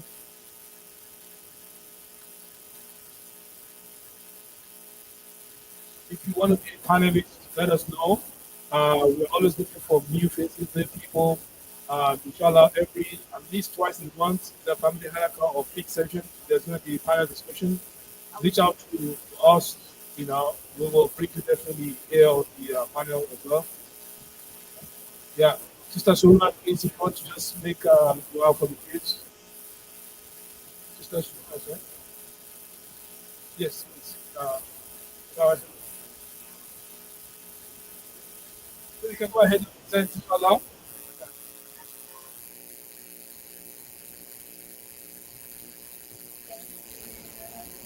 أعوذ بالله من الشيطان الرجيم بسم الله الرحمن الرحيم الحمد لله رب العالمين والصلاة والسلام على رسول الكريم. We are grateful to Allah for this gathering. We are grateful for His favor on our children. We pray Almighty Allah bless our people. We pray Allah continue to guide His children. We pray they will continue to be light of Islam. They will coolness our eyes. The Almighty Allah prosper them on the field and we give evils of the society, all the evils of our environment, and all the evils of the world. We ask Allah to continue to be with us and guide and protect us and strengthen us on the day. Bismillah ibn Qayyim. Bismillah ibn Rahim. أعطينا الكوثر فصل لربك وانهر إن شانئك هو الأبتر. اللهم صل على محمد وعلى آل محمد كما صليت على إبراهيم وعلى آل إبراهيم إنك حميد مجيد. اللهم بارك على محمد وعلى آل محمد كما باركت على إبراهيم وعلى آل إبراهيم في العالمين إنك حميد مجيد. سبحانك اللهم وبحمدك أشهد أن لا إله إلا أنت أستغفرك وأتوب إليك. سبحان ربك رب العزة عما يصفون وسلام على المرسلين والحمد لله. Jazakumullah khairan. Thank you so much, everyone. Inshallah, we'll see you again, inshallah, in next week for our halakha sessions, inshallah.